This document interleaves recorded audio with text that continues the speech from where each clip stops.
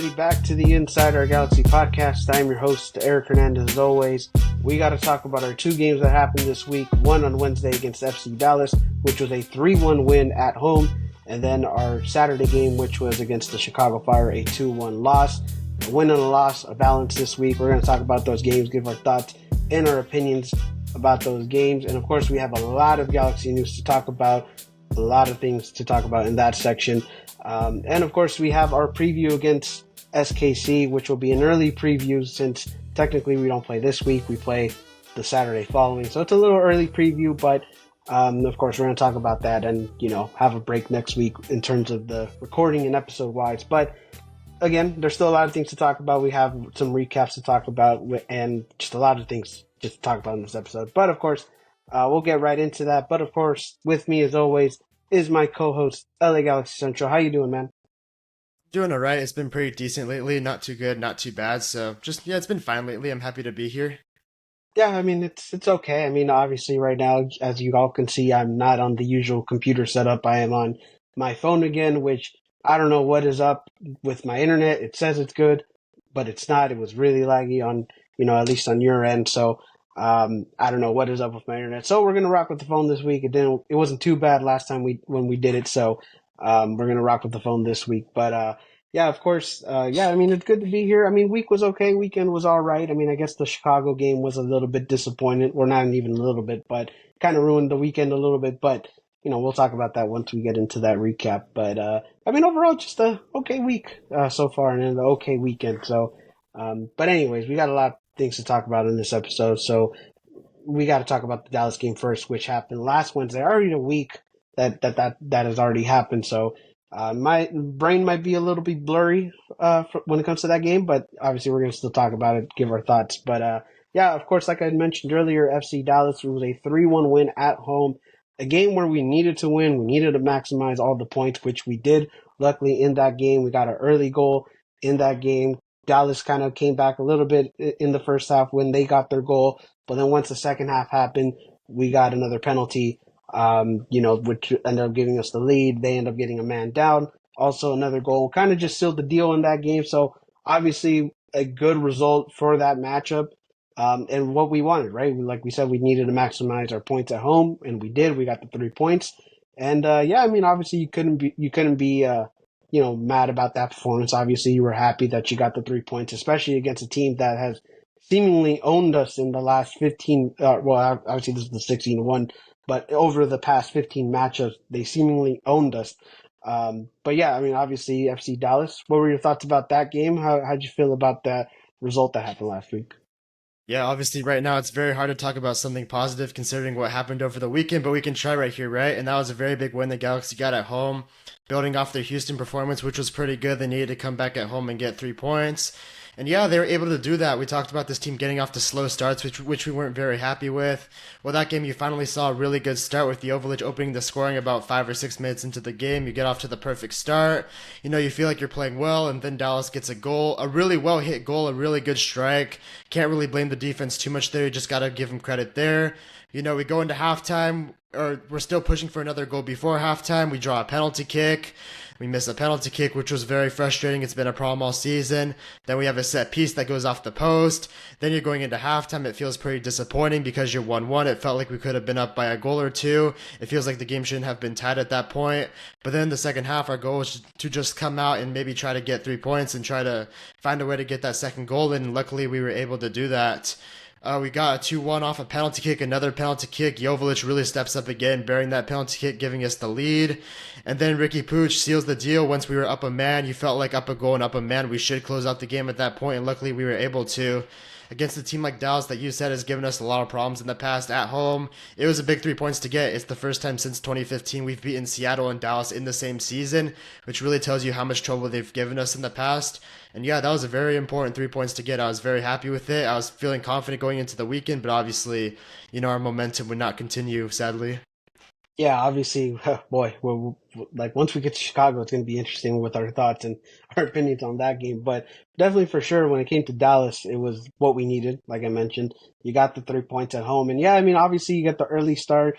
You think the Galaxy could have gone, maybe had a couple more, maybe at least another goal before the half. They didn't. Dallas gets one back, and I think there was, well, at least for me, there was one point where I was kind of like, I don't know if we're going to get the 3 points. It looks like Dallas came here to play. It looks like they might, again, steal the point on the road or maybe even win. Who knows? But there was at least one point of doubt where maybe you didn't think the Galaxy were going to, get the win here. But then once they got the second penalty, they end up making that one because the first one we didn't make that one, and and then it was also called offsides and things like that. But yeah, we end up making the second penalty. You're like, all right, then now we got the lead again. Now it's the matter of fact of trying to keep the lead. Hope Dallas doesn't find in a last minute killer in that game and they steal a point or anything like that. Then they also get a red card, which you're like, okay, then now they have 10 men. We're up a man. That's good. That's good news. They end up still pressing in that point and then getting the third goal, and that was ultimately all she wrote. Which again, that's something that I think was good. You end up trying to get the third goal, trying to make sure you kill Dallas's momentum at some point, even though once they got that red card, that seemingly killed it. But at that, the Galaxy did a good job trying to stop Dallas and trying to get them back into that game. You get that third goal, you seal the 3 points at home, and yeah, I mean, obviously it took a little, maybe not necessarily luck, but things to go our way in that game in order to get the 3 points. But hey, you're going to take those 3 points out, any way you can. And I think, none of the guys really complained about getting that win, like how that, none of the guys were, I guess, complaining how that went. So it's like you got the 3 points, and yeah, obviously you got two, wins at home or 2 wins at home back to back. It seemingly could have given us the momentum over the weekend, which again we'll talk about later. But you were at least, after that Dallas game, you were confident with the team, hopefully building off of that win. And, hopefully that was going to just be the start of something for the team. But, of course, again, we'll talk about Chicago later. But yeah, I mean, obviously in terms of that game, it was what you wanted. It was what you needed. And yeah, you weren't too mad about that game. And also your stars stepped up, which is good as well. So, everything seemingly just went our way that game. Yeah, I mean, look, we even discussed about the week before. It was definitely the bigger game out of the two between the Dallas home game and the Chicago road game. So ultimately, the Galaxy did win the game they needed to win at home against a conference opponent, which was a lot more important. But still, when you see the letdown we had on the road, I think it makes this game a week ago feel like a little bit less, I guess, positive than it would. Like if we were talking about this on Thursday, maybe if we were recording then.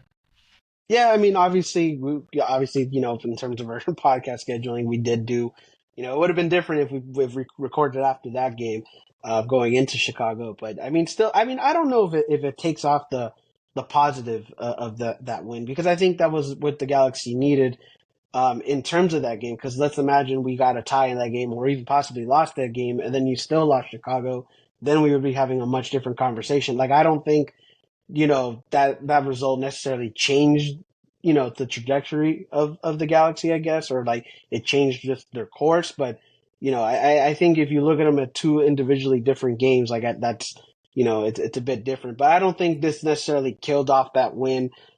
This was still a good win, and against a team that we've had trouble in the past before, and you wanted to get that win at home in front of your fans. And again, it's still a good win. I guess, if we didn't know what was going to happen in Chicago, this win would have been, I guess, much bigger. But, again, I still think it was a pretty big win. It was a win that we needed. So I still find it positive. I don't think that, it turns down or it devalues this win. I think it's, 3 points is 3 points. You're going to take them however you can. So I don't think necessarily this was it devalued the win for sure. But, I still think this was pretty big for the Galaxy. But, again, I mean, we'll talk about Chicago because I think that's where everybody's going to want to be. I think everybody's going to want to hear that one, and I think we're both itching to talk about that game because that game was such a letdown. But still, though, I mean, in terms of Dallas, it was still everything you needed in that game. I mean, it doesn't devalue the win, in terms of it.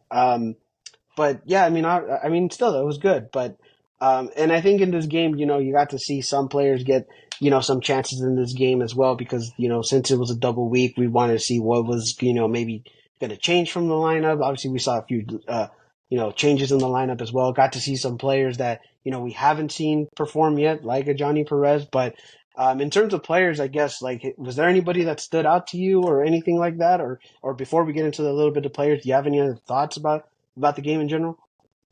I mean, yeah, I do agree with you in a sense. It's a good win. It doesn't really devalue the win. I just think right now, when we're talking about a game a week ago, when our most recent result was that game, I think we're just a little more, just maybe like not as excited about it as we would be right after, because then we're feeling really confident. Now we're feeling a little bit more down slightly. So I just think in that area, it kind of brings it down. But yeah, it was a good win at home in front of our fans against a team that I still think is decent. They're around a playoff spot. They have some good players. We've had trouble against them.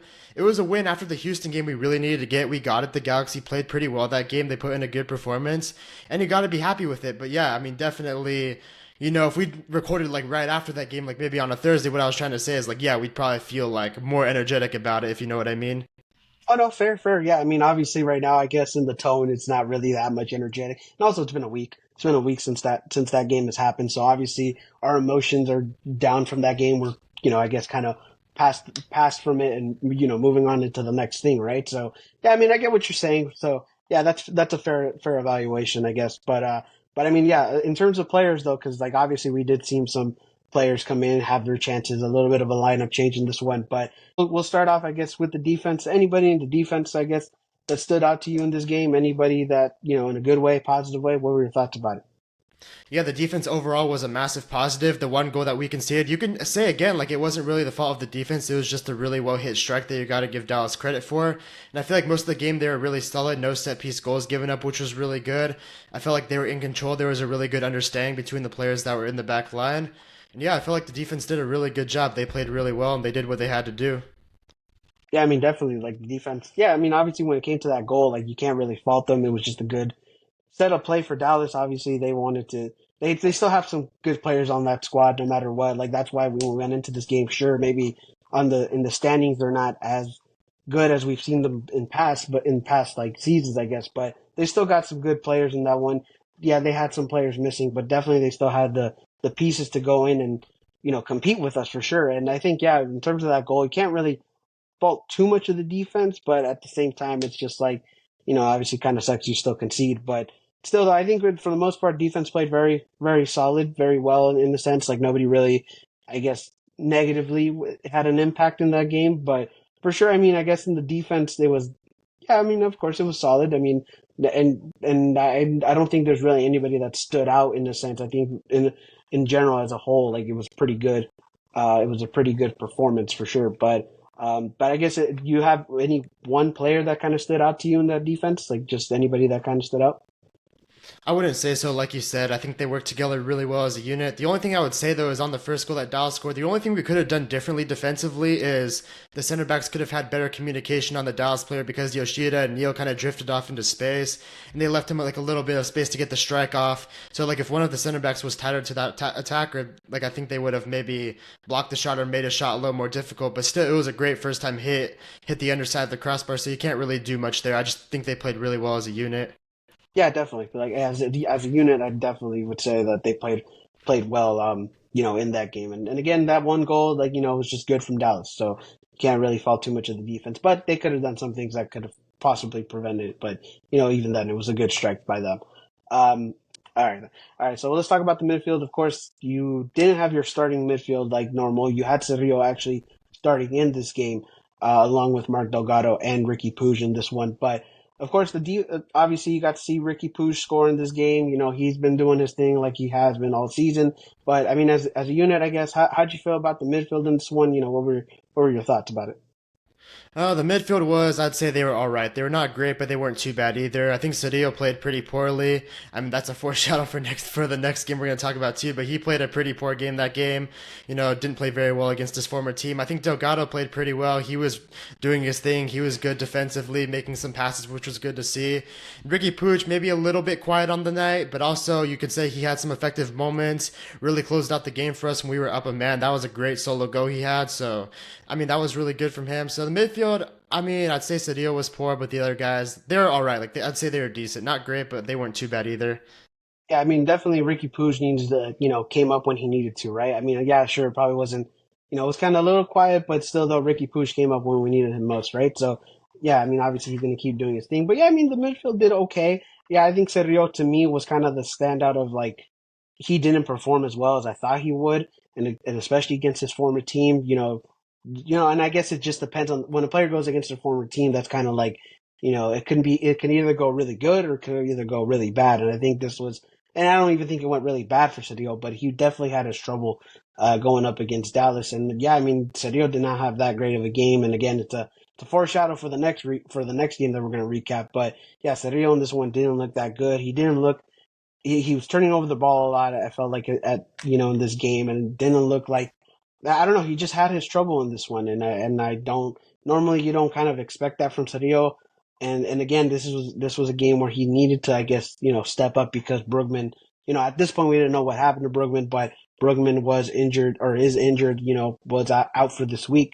Hopefully he'll come back, when we face SKC. But still, though, like he had to step up in this one because Brugman wasn't available, and he just had a difficult match in this one. And I don't. And again, I don't think it was his night. But well, at least in terms of this game, and obviously next game we'll talk about that. But just focus on this game. It wasn't his night, and yeah, I mean it was a little bit disappointing. But at the same time, Mark Delgado had a really good game, and Ricky Puig came up when he needed to. So I think in general the defense, or not the defense, the midfield was okay. Maybe you can say was solid, but I think it was just a little maybe below average in terms of the midfield. It's fair, Yeah, yeah. yeah. But any other thoughts about the midfield before we move on? No, like you pretty much said, probably, maybe about okay, maybe a little above average, below average, somewhere in that spectrum. But yeah, not their best game, but it got the job done at the end of the day. Yeah, definitely for sure. Yeah, they did what they needed to do. But let's go into the offense. Offense, of course, was you had Diego Fagundes, you had Dejan Joveljic starting, and you had Gabriel Peck starting. So I guess again, no Joseph Paintstill yet. He'll probably make his return in the next game. Hopefully, we'll see what happens there. But of course, no Paintstill in this game again. How did you feel about the offense in this game, and what were your thoughts about it? Yeah, Diego Fagundes definitely a player I might have some things to say about later on, but yeah, I mean, again, just wasn't really that effective. Gabriel Peck, at least brought energy at home. He brought the effort. Obviously, the penalty he took was a very poorly taken penalty. He should not have been the one to taking it, but at least he had an assist to Joveljic for the first goal, so you can say your DP got on the board with an assist, which you always like to see your DPs being productive. And Joveljic obviously was really good. He scored a brace in that game. The opening goal, which is a very well placed strike, and then he scored the penalty kick, which was a very difficult penalty kick after we missed the first one, which was a hard one to make, and to give us the lead too was a really big deal. So yeah, Joveljic played outstanding. Peck played, I'd say, pretty solid, and Fagundes largely ineffective. Yeah, I mean, obviously, I think Dejan was probably the star of the night. I mean, he gets a brace. He, got on the board early and then, makes that penalty in the second half. And yeah, I mean, obviously, in terms of the offense, like you said, Peck got his assist, so you got to see production from him. Dejan seemingly looked like he was starting to get his groove now with this brace, and obviously that's got to help him in his confidence and going into the season. I believe that's already 9 goals on the season so far for Dejan. So again, it's good from Dejan. He had his performance. Diego Fagundes, yeah, definitely. Probably a quiet night from him. Not even quiet, I guess. Like you kind of mentioned, it was a little bit ineffective from him. Didn't really get to see much from Diego Fagundes, and yeah, I mean, but I mean, in terms of that, you got two of your players who were contributing, so maybe it was okay in the sense that Diego Fagundes maybe wasn't having that much of a good night, considering you had your other players producing. So maybe there wasn't that much of a big issue, but you can definitely tell Fagundes it wasn't Fagundes' night. Kind of like Cerrillo, wasn't his night, but in terms of Ricky and Delgado, they kind of did their thing and did things in the right moment. So it was kind of the same thing for the offense. Peg had his moment. Dejan was the guy who was producing, and then Fagundes just wasn't really there. So yeah, I mean in terms of that, I mean again the offense was pretty good in a sense, but at the same time it's just like for Fagundes it's like he needed to step up, especially with Paint still being out, and in these moments you got to step up. But again, it wasn't. I guess it wasn't that big of an issue because of the production that we got, but I think for overall as a unit, yeah, it was good. It was a good night for the offense, and 3 goals, and I guess Ricky counts in that offense as well. So it's like 3 goals on the night. You can't be mad about that, and you got the job done because of with the production that your offense got in this game. I mean, yeah, you definitely love to see Joveljic playing well, especially after the season he had last year and the other previous seasons when he was a starter. It's good to see he's kind of figured it out and pretty close to being a double-digit goal scorer, which is definitely going to be a big deal if it happens. Yeah, definitely. It's going to be a big deal, when that happens, because again, it's a turnaround. You want to see Dejan produce. This is why Will Coons had the confidence in him, just wanting to be the guy, the striker, and to really just redeem himself, right? Because obviously last season was not good for him, and we've known that Dejan has been, he has the talent, he has the goal scoring capabilities, and to see that he's already had 9 goals this season, it's good to see, definitely for sure. I know a lot of people still kind of give him a little bit of flack, but like I think right now Dejan has been playing well this season and definitely a lot better because of last season and how poorly he performed. But now he's been performing very well. So it's good to see Dejan, build and grow and have that confidence. So, again, we just want to keep him, see if he can keep doing that at a consistent level. So far in this first half of the season, he has. So you're proud of Dejan, but now, we're going to definitely need him in the second half of the season, right? So we want to see him to keep producing for sure. And I think, this game again, was the standout, performance for him. So hopefully that just builds his confidence, going forward. But anyways, you have anything else about the offense or anything that you want to talk about? If we're gonna mention the subs, I'd probably say like I don't agree with the fact that they subbed off Jovic when he was on a brace. I would have kept him on, maybe try to allow him to get his hat trick. That's just me though.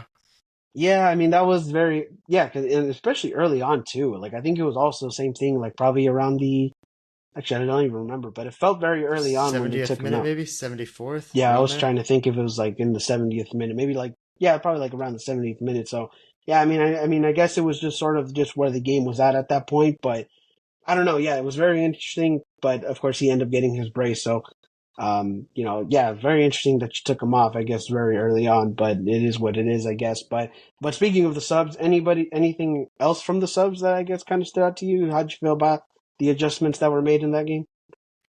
I mean, I guess they were fine. Daniel Aguirre also came on, if I can remember. That was like, was that the only other sub we made, or did we make another one? I I know remember Perez came Daniel. on like last minute, I think. Hmm. So, I mean, I guess they were fine, not too good. Again, like I don't think I would have subbed out Jovic. Like let the guy try to get his hat trick when he's in form and he's confident. I don't get why you would take him out, especially for a guy that we all love, Miguel Berry. That I mean, yeah, I mean he's not offering us much, so I don't know why. It's not like you have this great guy to bring in. So I would have just left Jovic on. But yeah, I mean, I guess if Vanny wanted to get fresher legs out there and a bigger body, I guess he's the one to make that call. And at Yeah. the point of the Well, game when we were winning, at least, I guess you could say, it was fair to make some changes. well, I guess the they're still trying to manage Dejan in the sense of his when he had the injury early on. So I guess they're still trying to manage his minutes in a sense. But even then, I felt like they it was pretty early to take him off for sure. And then yeah, I mean in terms of the subs, they were obviously nothing bad happened in this game, but they felt a little questionable in my opinion.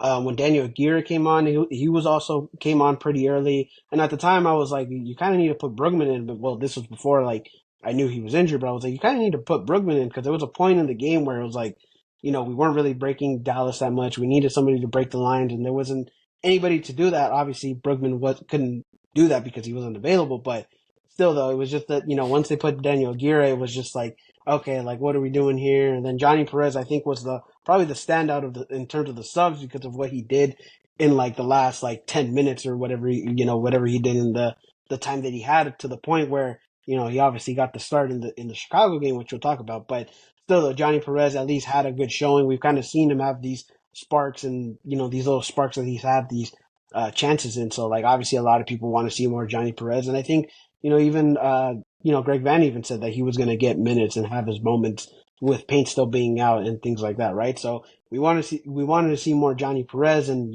we got to see it in that Dallas game, and we got to see some good things. Even had like I think he had at least some chances, maybe not chances, but at least it looked like there could have been some chances. But Johnny Perez definitely looked like a guy who we want to see have more minutes and the guy who's going to give it his all in the effort. So I think that in terms of the subs, Johnny Perez was definitely the standout in that game. I'll give a lot of credit to Jalen Neal, though. I didn't mention this in the defenders, but I think he played a very good game next to Yoshida. I think that was one of his best games since he came back from injury.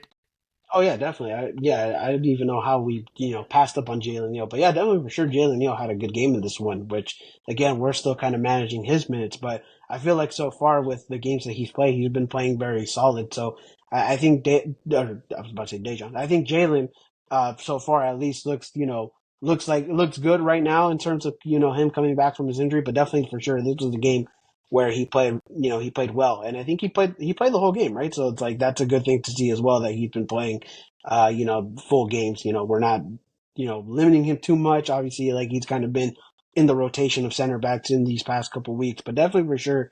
In terms of Jalen Neal, he looked good, and he looked very comfortable and probably one of his best performances so far. But anyways, that yeah. So anything else you want to talk about the players or just in general from the game? Like any other last minute thoughts before we move on? Oh, good win. We did what we needed to do. It was definitely a good win to pick up at home, but yeah, the momentum would not continue to say the least, which has it ever, right? Under Greg Vanny.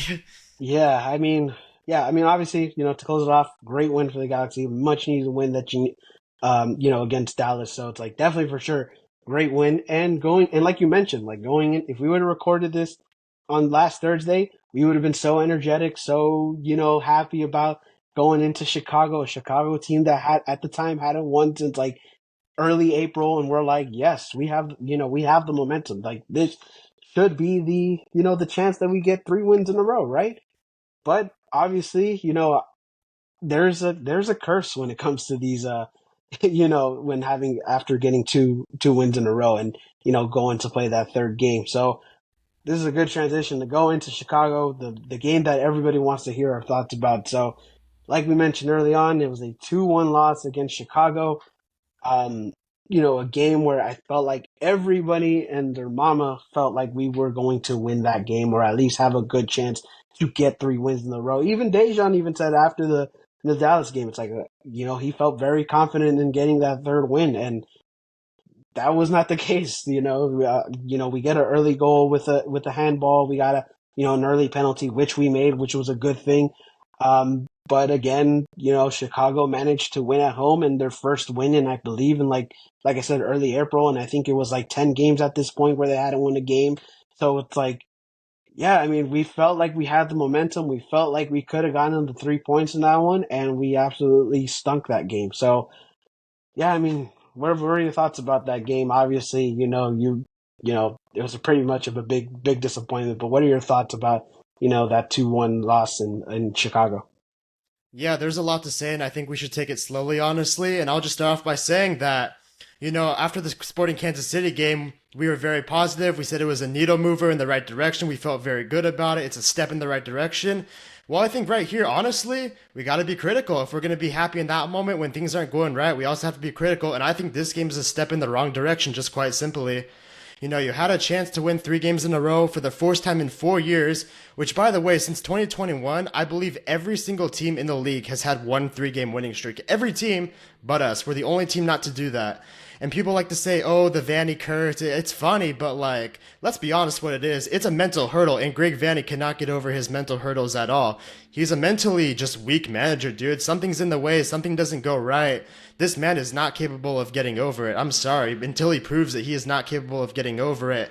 He's had 3.5 years to win 3 games in a row. He hasn't done that. One of the only teams in the league not to do that. Just completely unacceptable just off the bat. That's all I'll give right now. You can give after, but that's what I have to say. I think this is a step in the wrong direction and proves that this Galaxy team is not on a caliber of some of the best teams in the league. Yeah, so just like right off the bat, I think the 5 best teams in the league in no order are LAFC, Miami, RSL, Cincinnati, and Columbus. Those are the 5 best teams in the league, and I just feel like the difference between us and those teams is those teams can take care of business.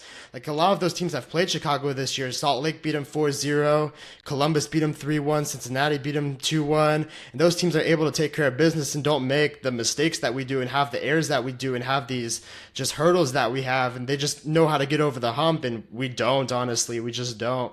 And that's what's gonna, prevent us from being an elite team. These just bad coaching, little depth, making the same mistakes. It's just the problem at this point, and we're over halfway through the season. We're not seeing signs of improvement. I mean, it's not good, dude. It's not good. It feels like a very shitty result to go into the break with. I'm very unhappy with it. I was very disappointed too, especially after getting off to that really good start. I thought like, yo, we could like, maybe get a second goal or at the very least like get a point. We were tied at halftime. I felt like, we were still in a good position. We've been tied at half the last 2 games, so this shouldn't be an uncomfortable spot for us. But yeah, I mean, awful, just awful. We'll talk more about it, but that's what I have to say right now. It's Sorry, it's a step in the wrong direction. That's what I got right now.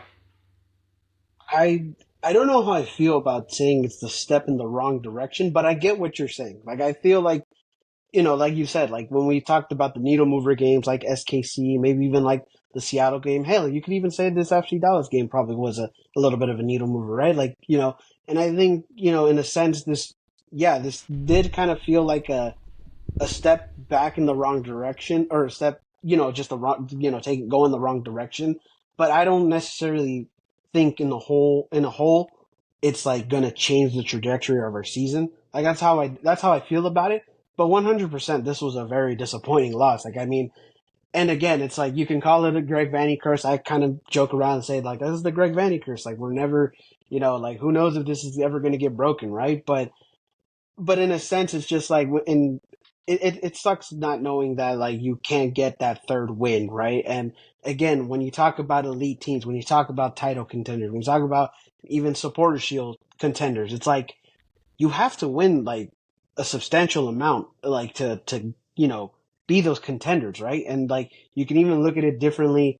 Well, you know what? Let me take a step back and actually just talk about the game before I talk about I guess the reason why this is bad that we're not getting 3 wins in a row. But like in terms of the game, I guess like it was bad for sure for the Galaxy. It's just like you got that early goal, but after that, you just didn't really see a team that was gonna like didn't feel like that was gonna dominate the Chicago Fire. Like I felt like they had their trouble. They got the lucky with that first penalty, and just essentially it was just like you didn't really see that this Galaxy team was gonna dominate. Like it felt like they were struggling, and I feel like at one point I think they actually started with like five guys in the back for Chicago, right? So like maybe that had a bit of a factor, but it also it's just like you didn't feel like this team was gonna run away with it. Like Chicago was definitely much into this game once they got the tying goal, which by the way, horrible defending on that first goal, just like absolute shit in that first goal, and just in general, it's like you gave Chicago life.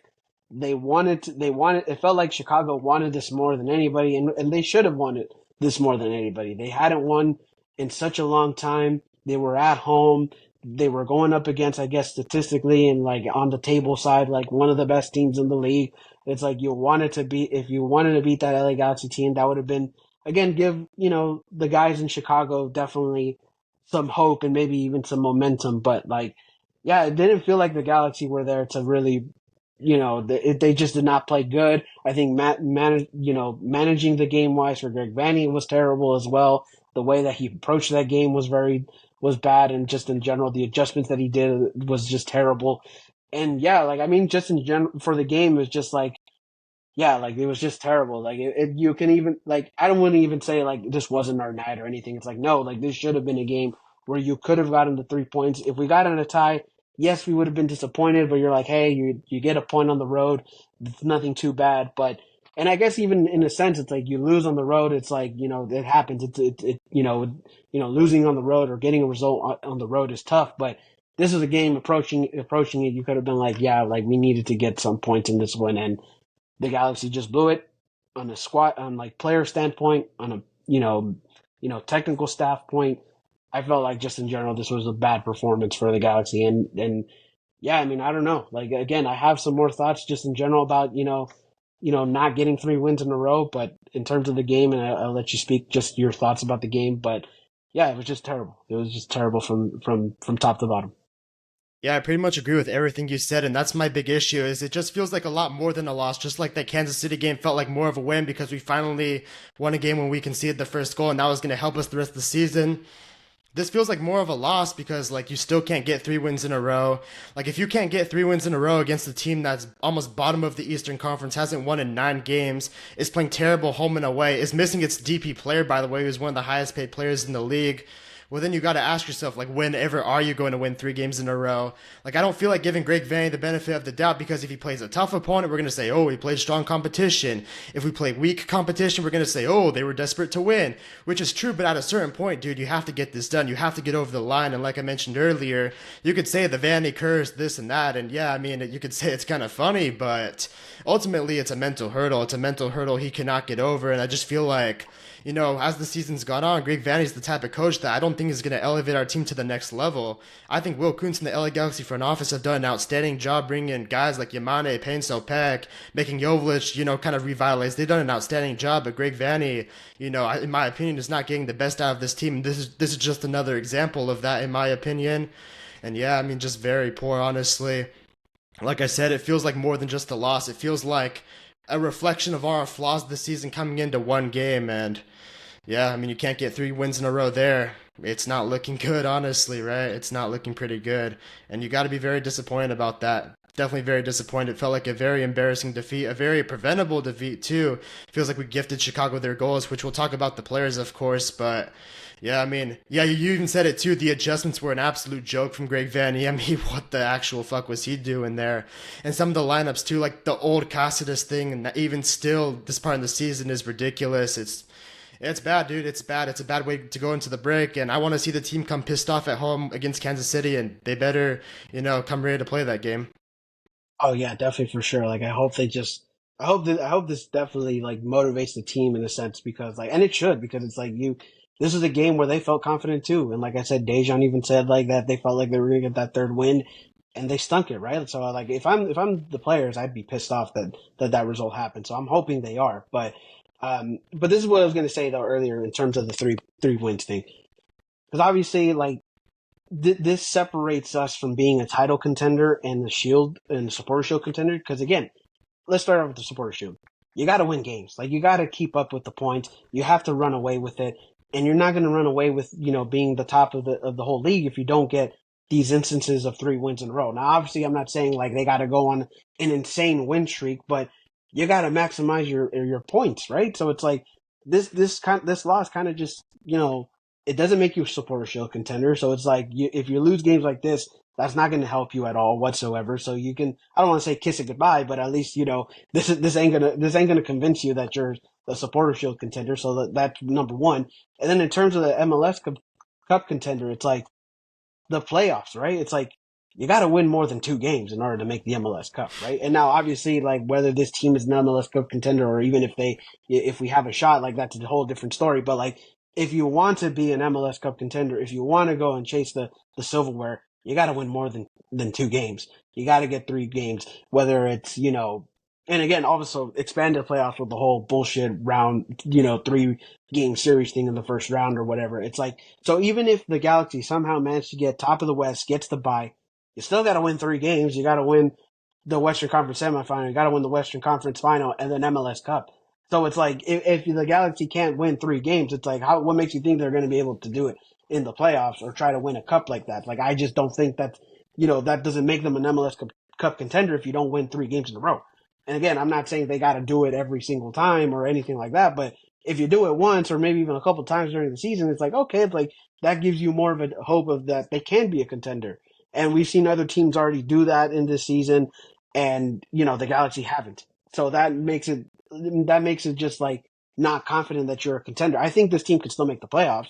Like where they're at right now, it's like they're a playoff team. It's like they can still make it. But in terms of going out to go get the MLS Cup or even possibly contending for Supporter Shield, it's like I just don't see that happening, especially if you can't get those.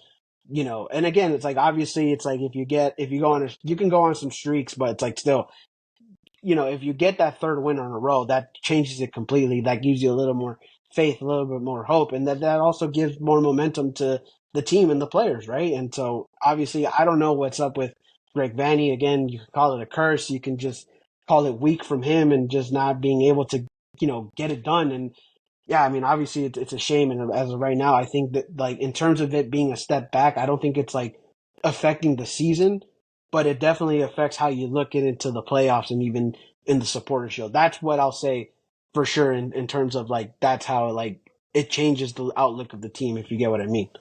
What I would add too is I think this team is trying to be very competitive and a contender. Obviously, you signed Ricky Pooch, who's one of the best players in MLS. When you have him around for a window, you definitely have a window you want to go and compete in. And now you see we're trying to bring in Marco Royce. That's definitely a really good competitive signing.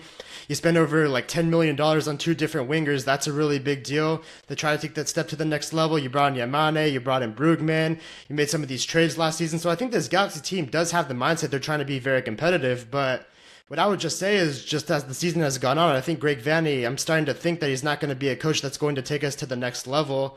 And I mean, we've had 3.5 seasons to win 3 games in a row. Just about every single team in the league has done that but us. And yeah, I mean, honestly, you could just say these 3.5 seasons, the Vanny era has been a big disappointment. I try to give this guy every benefit of the doubt. Like I said, like, oh, he won a show before, he made MLS Cups with Toronto FC.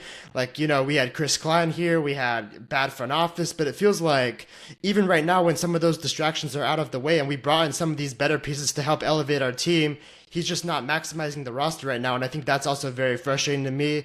And the Chicago game is just yet another example of that, of not being able to get a win that I get we were missing players. Like, let's be honest, we were missing Brugman, we were missing Payne. So these are two very important players to the Galaxy. But even with the team we had out there, I still feel like we're capable of beating a Chicago team without their DP number 10, Shaqiri. That's a really bad team in the first place. And yeah, again, Greg Vanney can't elevate this team. This team can't get over the hump of 2 games in a row. It's a very poor loss. They still make the same mistakes. Which, by the way, I would just say though, like, this Galaxy team has to be one of the most approachable teams in the league from every team top to bottom, because they give up set piece goals, which every single team in the league can get, and they give up so many cheap goals. Like, which team in the league cannot go compete with us and possibly get a result versus us if we're making these same mistakes? Yes, we have talented players offensively in the midfield. Yes, I mean, I agree on that. But, defensively, we're just so prone to so many mistakes in so many different games. It's a huge issue. We say it needs to get fixed, but we're in June now. There's no sign of it getting fixed. We lead the league in set piece goals.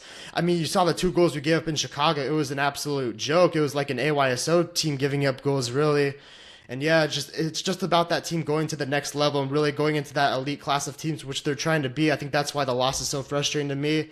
Yeah, the East Coast loss on Chicago isn't like that big of a deal for the season. Like, look, we're still in fourth. We're still in the mix of things. We're a couple points off first of the West. We're also only 8 points away from the final wildcard spot. So if you slip up a little bit, you can move down a lot. If you pick up form, you can go back on top. So there's everything to be played for. We have 2 more home games, but it's just that this loss feels like it's a step in the wrong direction of, like, oh, if we got 3 wins in a row, like, you're like, okay, you finally got over that hump. And then you have 2 home games in a row. It's like, wow, can we make it even more than 3 games maybe? Is this the start of something, very special? And the answer was, no, it wasn't. You got a good win against Dallas. You had all the momentum, and then you put in a very poor performance. And yeah, I mean, Greg Vanney, I think he's the biggest topic of discussion, because Will Kuntz has done a great job, a fantastic job with the Galaxy. You're not going to say, like, oh, he needs to put a better roster out there. No, I mean, this is more than a good enough MLS roster. It's just not reaching up to its level at the moment. Oh yeah, and obviously we're still one of the, I guess, high offenses in the league, right? So it's like I guess you're still producing what you need to do, and that's kind of like the where you're coming from. It's like Greg Vanney has a good roster, definitely has a roster to go out and compete.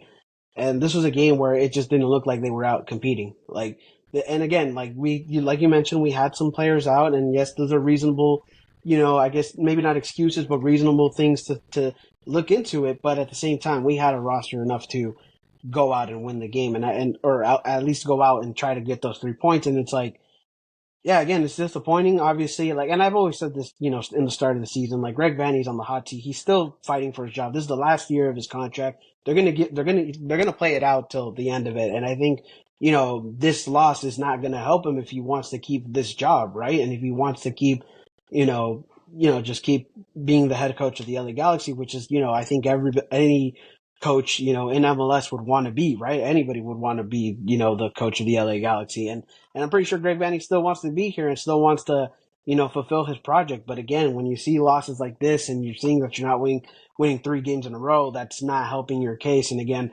Vanney's still on the hot seat. I'm not, jumping off of that. Even though like this first half of the season has been, good for us. I think it's, again, we're still in the right direction. Like, this loss doesn't necessarily change the trajectory, but at the same time, it's like you got to still, you know, make us believe that we're going to be able to, you know, I guess, see the progress, right? And I don't think this really showed us much progress. And so that's where, yes, I agree in the sense that it is a step back, that we're not seeing the type of production that we should be seeing. But, again, like Greg Vanney, like this was one of those performances where, again, a lot of people were calling for his head. People want him fired. And I don't know if it's to that level yet, but definitely in the off season, if you keep doing stuff like this, there's going to be a big conversation on whether he keeps his job or not. Dude, we got 3 wins in a row in the shortened COVID season in 2020 with our terrible team with Scalotto. 3 wins in a row in that season, and we can't do it in 3.5 years under Vanny with a full MLS season. Yeah, I'm, and Scalotto I mean, was a it's guy shocking. who, yeah, I was going to say, and Scalotto was a guy who, like, at that point in that season was, wasn't even making any changes to the lineup, kind of had lost faith, and even then still managed to get 3 wins in a row. Like, that's pretty impressive. And Vanny right now, even though he cares about the team and wants to, and has the players to really do it, he just hasn't done it. And again, like, you can call it a curse, you can call it, a mentality issue with him and the players or whatever, mainly him. But, again, it's just it's very disappointing. But anyways, I think we should move on into, I guess, the individual performances of the players. So let's start off with the defense, I guess, first. So yeah, how'd you feel about the defense? Obviously, there was, the goals we gave up were terrible. But how'd you feel about the defense overall? What were your thoughts about it? Well, I'm going to say one more thing before we get into the players. I think mentality you absolutely have to put on Greg Vanny because we've had different players a lot of different seasons, and the same thing has been happening. I've not been able to win 3 games in a row. So if the players are changing and the coach stays the same, you got to look at the coach and say that's the problem of him, right? You can't really say, oh, it's every different player that comes in. It's like they're not up for it. Like, no, I think this is a mental hurdle for Greg Vanny, and he's not getting over that hump. Just quite simply, he's had a lot of chances. We've won 2 games in a row. A lot of times, he's had countless amount of opportunities, but he's never gotten it done. Quite simply, and it's unacceptable. Really, like if we won 5 or 6 games in a row, that's one thing. That's saying like, okay, that's very impressive. Like that's something that doesn't happen that often. But 3 games in a row is not like something that in 3.5 years you should just be saying like, yeah, we can't do that. That's something we should be able to achieve, and we've come, within a game of that many times, and he's just not done it right now. So I think you have to put it on him because it's been consistent through many different seasons. Oh yeah, definitely. Because I think that mentality kind of just goes down with the team, right? Like, whenever the coach has a certain mentality, I guess, or the way they approach the game, that affects the players as well, right? Like, obviously, the players have their own individual mentalities, right? So obviously, like, it's not like they're like exactly with the same mentality as Greg Vanny, but at least you're following his leadership, you're following his tactics, you're following everything that he's doing, so it kind of just mixes all together. So yeah, I mean, obviously you gotta have to look at it at Greg Vanny's standpoint and the fact that his mental hurdles is mentally affecting the players minds and their mindset, right? So obviously, yes, you have to look at it as Greg Vanny's hurdles affecting the team. But anyways, like I said, let's talk about the players. Let's talk about how that's affecting the mental aspect of the team. So again, let's talk about the defense. How'd you feel about the defense, even though we gave up some pretty terrible goals in this one? But how'd you feel about the defensive performance as a whole? Yeah, all poor. Honestly, like the fact that we're still starting Caceres right now at this point in the season is a massive concern. Like, look, we went with Caceres the first 10 games of the season because Jalen Neal was out, Garces wasn't in the team yet. We were rumored to sign him, so like at that point, starting Caceres was fair. Like you weren't gonna start Zavaleta because he's not very good. You probably weren't going to call up for Kranis because he wasn't ready, so Caceres was fair at that point. But the fact that he's still starting right now honestly is crazy. And like I think a week or two ago you tried to sell me on the fact that like, oh, Garces hasn't gotten a single minute on the field because it's developmental, they're still working with him. But I think at this point, 2 weeks ago I actually kind of bought that, and I kind of tried to believe that at this point when he's still gotten 0 minutes in like 7 or 8 games, I gotta say there's a problem going on there. There is something going on. It's not just developmental anymore, because the fact that Caceres is still starting right now is concerning, dude. He should not be playing right now. It should be Neal and Garces going forward. It should not be Caceres playing right now next to Yoshida. The fact that he's still in games at this point in the season is concerning, considering he's about to retire next season. And just overall, I would say he looked very poor in the game. He didn't look very good. Obviously, Yoshida was also very poor. Maybe Yoshida you can give a little bit more of the benefit of the doubt to, because he hasn't rested a single minute all season. We've been calling for rest all season long. He hasn't gotten a single break yet. So maybe, if you want to say he's tired, he can get maybe that bit of a pass. Even a guy like Yamane, who's been super good for us all season, had a very poor game. And yeah, that wasn't very good to see. And then Aude, I guess he played okay. Mikovic maybe could have done better on the second goal, but at the same time, like that's more of a midfield mistake. But I mean, yeah, not good from the defense, not good at all. We've praised them the last couple of weeks about how they're so solid from open play, but you see the 2 goals that they gave up, which I'll talk about when you're done, is like, yeah, that was shit. That was not good at all. Another step in the wrong direction. We thought the defense, figured something out, and then they give up goals like that. It's like you can't be happy with that. Oh yeah, for sure. Defensively was Yeah, terrible. I mean, nothing more to say, really. And I agree with everything you say. And in terms of the Goddess situation, I thought it was, I think it was after the Dallas game in the press conference they had asked Greg Vanny about when we were going to see him, and it felt like Greg Vanny was gonna. It felt like Greg Vanny was kind of leading to that he would have like possibly started this game or maybe even seen some minutes. In the Chicago game, I said, you know what, that's a good opportunity for Goddess to go in because again, it's a Chicago game where we felt like we could have won. Maybe you try to mix it up and having Garces in there, give him his minutes. This would have been a good game to have him start. And again, yeah, I was trying to sell you on the opportunity of developing him, trying to him to get used to. And again, that was a couple weeks ago.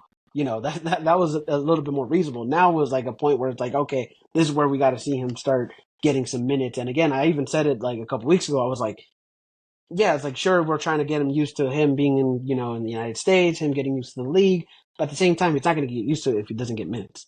So like I thought this was a great opportunity for him to get minutes, possibly even to get the start, and we didn't see that. We started with Cáceres, and again, I agree. It's like I appreciate what Cáceres brought to the table. I appreciate what he brought to the table early on in the season, but now it's like you have Neil back, and I think Neil had a great game against Dallas, and I thought he possibly would have still even gotten the start, and he didn't even get the start, and which was very again. This was the first part of like Vanny's tactics and mental mindset of going into this game, and just Clown like shit, dude. yeah, it was just like what it's like. I don't get it. It's like it just didn't make sense. Putting Cáceres in there. It's like I think you could have gave Neil the start again, and I don't think many people would have been complaining about it. And yeah, I think that was just the first mental mindset or mental issue with Greg Vanny going into this game. And yeah, like I don't know. It's like again, we want to see Cáceres at this point, see what he has to offer. And if you don't put him on the field, it's just like, what the hell are we doing here? And again, some people are even questioning, like, is this guy even good? Like, why it's like the point, the point that the fact that we brought him in here, obviously we can't even, say if he's good or not if we haven't even seen him play, right? So it's like, that's the issue there. So it's like, in terms of the whole Gotcha situation, like, it has to come to an end at some point, but it just hasn't.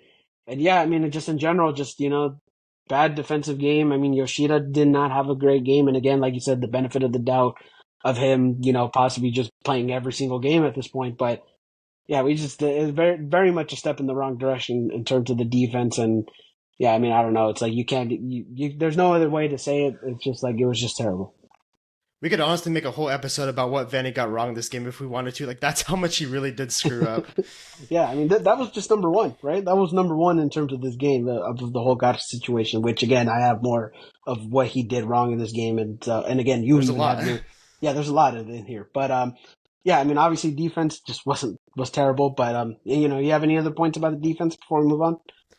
I mean, yeah, that first goal that Chicago scored was an absolute just a disgrace. It was an absolute joke. Like, what the actual fuck was that? Like, you're up 1-0, and then Yamane passes the ball into nobody. Very uncharacteristic, terrible pass. Miguel Berry's on the Chicago Fire attacker. Like, he's on him shoulder to shoulder, and then he kicks the air, misses the entire ball. Then out is out of position. The ball bounces off him, and then the ball goes into Yoshida. He has an easy clearance, and then he misses the ball, and then it somehow goes for an easy tap. And so somehow on the same play, two guys missed the ball. Like, I mean, look, we talk about Greg Vanny a lot, and yes, he deserves to be talked down to because I think this season he's done a pretty poor job for what he's had to offer. But I mean, if two guys are missing the ball on the same play, it's not even that they're hitting the ball in the wrong direction or they miss time to tackle.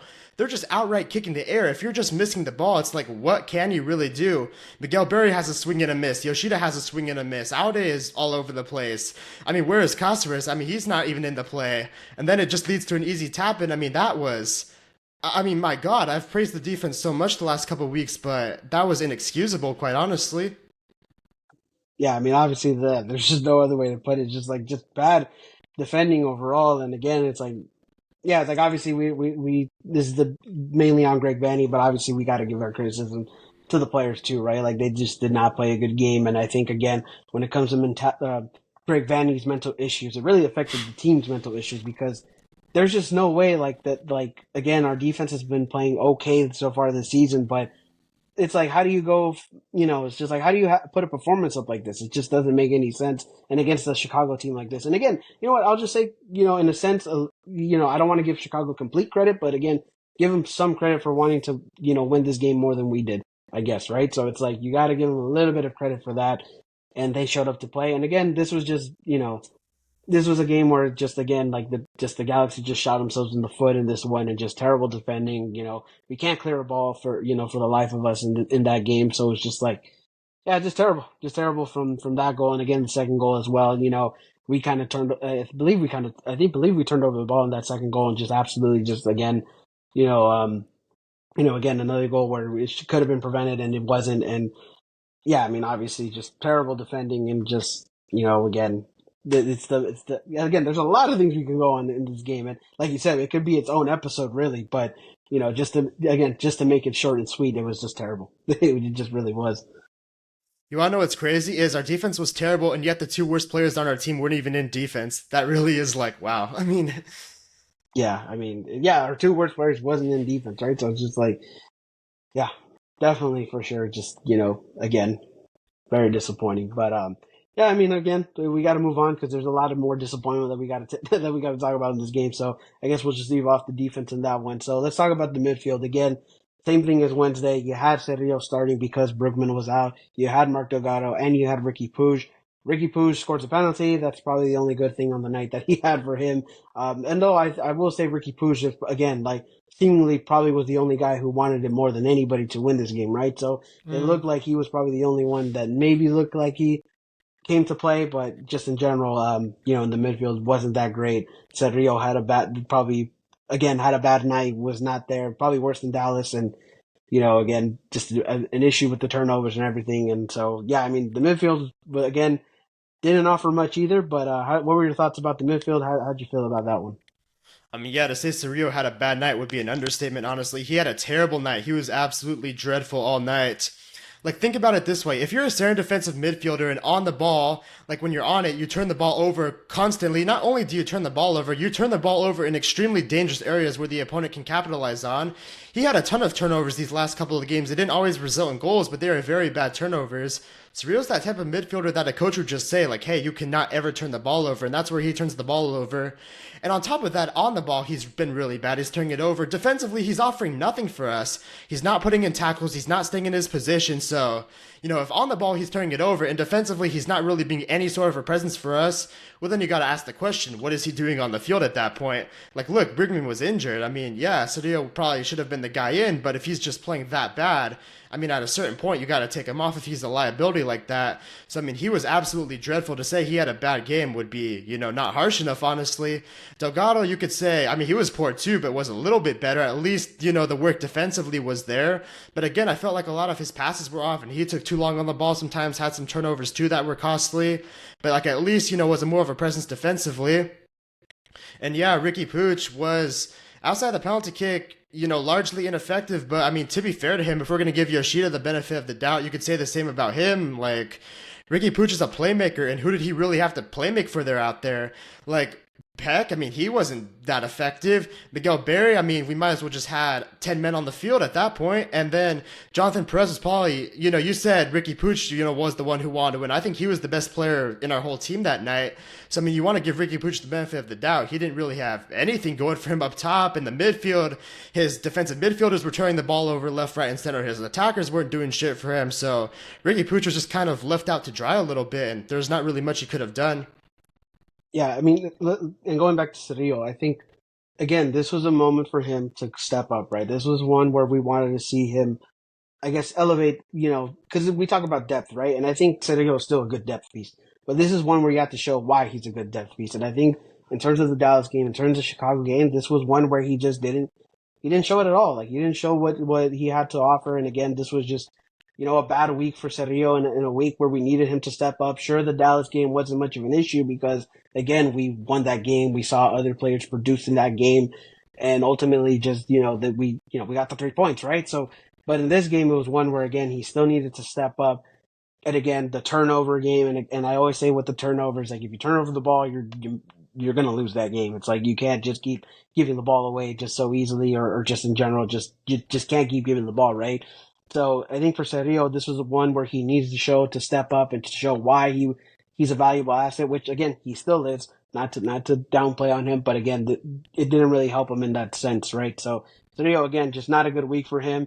Delgado, I guess, just again was below average, but had look, I guess was probably one of the better offensive pieces. And again, Ricky Pooch, the benefit of the doubt, he got the goal when we needed him, I guess, great, but didn't really have much to really play make in that game. And again, you talk about just some of the offensive players that were on there, which again we'll talk about right now shortly. But yeah, I mean, again, the midfield wasn't that great in this game, and I think again, I think it just collectively just was not that good, and I think everybody had their issues in that game, and it comes down to the mental issues, but still though, yeah, for the most part, the midfield was not great in this game, and probably could have been I don't want to say the reason why we lost, but again, like midfield does play a big part of controlling the game and setting the tone, and this was one where they just really didn't do that.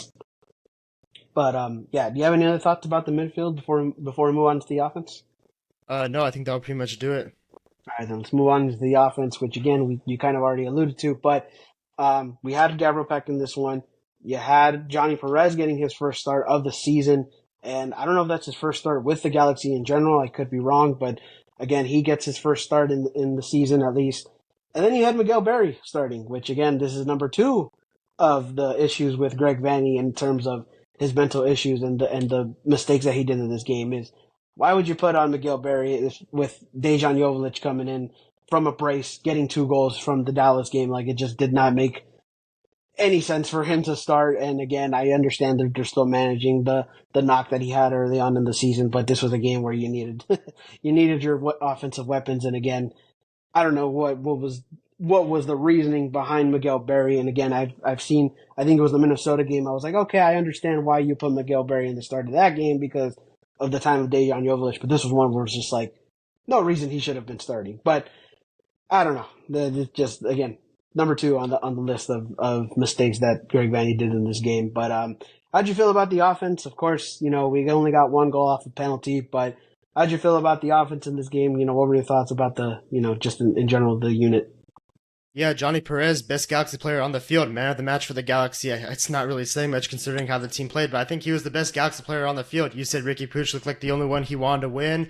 Well, I mean, you could say, he tried, but I think Jonathan Perez was, if anything, the one who wanted to win more and was the one that was better that game, honestly. He really stood out, and I think he's proven to be now an MLS level substitute, in my opinion. I think he should be a guy that's at least valued like a Gary, a guy that comes in for 15, 20 minutes most games, can come on, make an impact, plays with a lot of effort, has a really good left foot, is a really interesting young talent for sure. He's a guy I want to see a lot more of. Not only a lot more of just like this next game, but a lot more of the rest of the season, honestly. I think he's proven to be an MLS level substitute. Gabriel Peck obviously was very quiet, not really that effective. He plays a lot better at home than he does on the road, so you gotta hope maybe for these next 2 home games he'll start to play better and get the numbers again. But on the road, he definitely has to try to, be a little bit more productive. And Miguel Berry, I mean, you said it yourself, like, Joveljic had a brace, and then we talked about Vanney pulling the plug in Minnesota when we had momentum. Well, Vanney just pulled the plug on Jalen Neal and Dejan Joveljic for absolutely no reason when they were totally good to go. Yes, I understand Joveljic is coming off like a little bit of a hip injury, a little bit of soreness, but, I mean, come on, let's be realistic. If he wanted to go this game, he could have gone. He could have played 60, 70 minutes for sure. And if you want to play Miguel Berry after that, you know what, fair enough. If Joveljic gets a little tired, it can't go. But there's no reason with Joveljic coming off a brace that he should not be starting this game. You want to start your informed striker. The striker will always tell you it's about form, momentum, and if he scored 2 goals last game, he better be starting this game, and he was not, and that just hurt the Galaxy. It even hurt more when you look at the way Miguel Berry played. He was terrible. On the first goal, he just kicked the ball and missed it, which that kind of led to a goal. Then offensively, he just has no quality. I mean, quite simply, that's kind of the way I can put it. He's not an MLS level player, really. I mean, there's not really much more to say about it. And yeah, there's a U22 DP spot, and every day it's knocking on the door a little bit louder to be used. And yeah, we'll talk about Galaxy news in the summer and what could be to come, but I mean, that has to be the number one priority easily.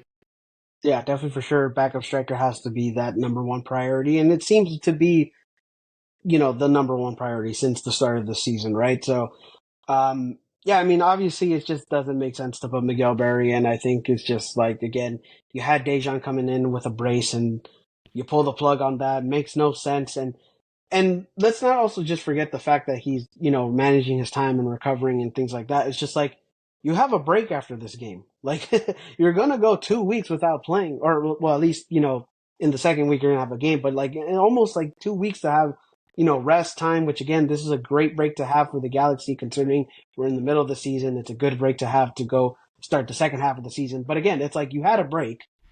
Your striker just scored a brace, and you decide to put Miguel Berry in which again, like I think it just makes no sense for that aspect of it of him starting that game. I don't care if it's Chicago and and how their form was in. It's like if you want to show that you can beat, if you want to say that you could have easily won that game, you still got to put your main guys in there, and taking off Dejan in this game was an absolute mistake and honestly just an absolute joke. Like if I'm honestly, I don't know, in a sense, if I'm Dejan Joveljic, I'd be pretty pissed off at the fact that you did not start that game. So I don't, again, it does not make sense. And Peck again, he does play a lot better at home. Away games, he's got to step it up a little bit more. And again, could have been an off day for Peck in a sense, but I guess you can kind of give him a little bit of the benefit of the doubt. But again, it's just like he needed to step up as well. And Johnny Perez again seems to be impressing us. And again, it sucks that. And you're right. I think this was a game where Johnny Perez looked like he wanted to win this game as well, and wanted to show what he's capable of doing. And again, it's just like kind of like Ricky. It's like who else could he have played making that offense? Who else could he have really just was able to go make plays for him? And it was really just nobody. So it's like for Johnny Perez, I feel bad for him in that of a sense. And again, he seems to impress us, and I want to see more of Johnny Perez. But again, it's just like he's still young, he's still I guess raw in a sense, and it's like we still need to see more from him. And I don't think he's going to really be the difference maker yet. But again, it's just like for him, he played. He gave the effort for sure, so like you got to give him the credit. But yeah, it just baffles me the fact that we started Miguel Berry, and it just made no sense. But again, offense just was not there, it wasn't clicking, and yeah, again, terrible from the offense and terrible from Vanny to just with the mentality of starting Miguel Berry in this offense. I mean, look, starting Miguel Berry was horrible for Jovic. That was a really bad decision, but we can't just throw under the rug Vanny starting Martin Caceres for Jalen Neal. Like, what the hell was Oh no, that, too? That was terrible. no, yeah, no, definitely for sure. Like I said, in the defense, like it made no sense either because Jalen Neal had a good game against Dallas. Like I think he should have started this game, and it made no sense. Or at least if you didn't want to start Jalen Neal again, you could have gave Garces some minutes in the game, or maybe he could have gotten the start. So it may again, I'm not throwing that under the rug. I think definitely for sure. Again, Jalen Neal not starting probably was issue number one.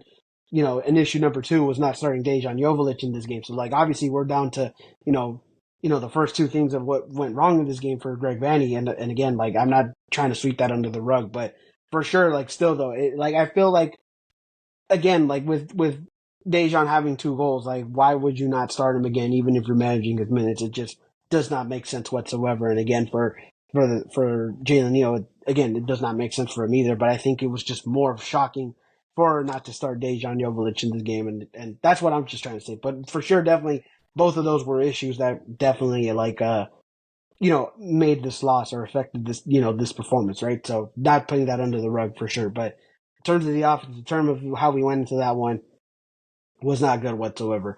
At all. But before we move on, do you have anything else about the offense? Well, just about the game in general, like it goes back to the point of pulling the plug when players have confidence and momentum. Like Jalen Neal's coming off a very good performance against FC Dallas as a young player when he's coming back from an injury, so that's very good. Jovic is coming off his first brace of the season. He's feeling very good about himself, pretty close to getting 10 goals on the season. And then he's just like, nope, to the bench. Martin Caceres, really old, really banged up. Yep, get in the lineup. Miguel Berry offers nothing offensively. Get in the lineup. And I think these guys are just on the bench saying like, well, we've earned our spot in the team. And like, this is the last game before a 2-week break. There's no reason we should be here right now. And yeah, comes down to the coach. He makes the lineup decisions and they were the wrong decisions. I mean, how many times have we said that this year? Which goes back to my point earlier of Vanny's not maximizing the roster, in my opinion. We have talented players. We got a better front office now. We're making good moves. But, if the coach is not pulling his own weight, it's going to affect the team. And I think right now it is. Yeah, definitely for sure. And also, I know we talked about the starting lineup. Now let's talk about the subs and the decision Oh making boy. during this game, because there's a couple ones in terms of the subs. Obviously, we said, why is Miguel Berry in here? He has nothing to offer. So what does Greg Vanny do in this situation in terms of the offense? Keeps Miguel Berry in, puts in Dejan Joveljic in there. I forget who comes out. I think it was Johnny Perez at that It point who was, came off. yeah. Even You worse. know, yeah. So you take out the guy who's giving you the effort and at least giving you some life in this game. You take him off. You put in two strikers in there, and again, like you said, you might as well just be playing with 10 guys in there. You just took in fact that's like again that's number three right there. It's like you put in a two striker formation. Again, I get it, you're try to maximize the offense, but No, you you don't don't get maximize the anything. offense by keeping Miguel Berry in there. It just makes no sense. And again, it's like Miguel Berry just did not was not going to offer you anything, so you keep him in there for why? I don't know, for God knows why. And then now here comes number four, which again I know you have your opinions on Diego Fagundes, but bringing on Diego Fagundes in the 80th minute, like what's the point about that? It's just like Diego Fagundes. I know you have your opinions on him, but I still think Diego Fagundes is still a good substitute. I still think he's probably one of your, I guess, difference makers coming off the bench and could offer you a lot more. And you bring him on in the 80th minute. It's just like, what was the point of that? Like, I think that was number four as well. It's just like, well, what was the point of bringing him on so late? It's like when again your offense was not living up to what you were hoping for. And I think again, Diego Fagundes still has things to offer for this team and is still an important piece to this team. Whether you look into his contract or not and things like that, it's just like he's still an important player in my opinion. And you put him on so late, and I think that was just like. And again, I don't even think he really made much of an impact, which I guess was another issue as well. Which you can, that's more on him. But still, though, it's like I think bringing him earlier on into the game still makes a little bit more sense. Maybe he could have built off with more, game time, but you bring him on in the 80th, that makes no sense either. And, that's number four in the Vanny, I guess, like, mistakes that he did in this game. But, obviously I know you said you had your thoughts about Diego Fagundes in a sense, but of course, like, when you look at those, I guess, those subs and adjustments, like, I mean, they just made no sense, right? No, absolutely not. They were really bad. When I saw Miguel Berry and Jovic playing a two-striker formation, I just asked myself, like, is Chicharito still on the fucking team or something? Because Miguel Berry and Jovic were not going to work together at all. Like, we did two strikers with Chicharito and Jovic, but, at least you could say that fit work. Chicharito was the type of striker that would move around the box a lot, that would create a lot of space, that was very smart, nowhere to be. And Jovic was that play finisher who can be at the right place in the right time. So, like, okay, you can say that fit would work, but how in the world could you think Miguel Berry and Jovic would work? That was never going to work. And then we just killed basically 15 minutes off the clock doing that shit. That wasn't even close to being working. You take off Johnny Perez, who was your best player on the day.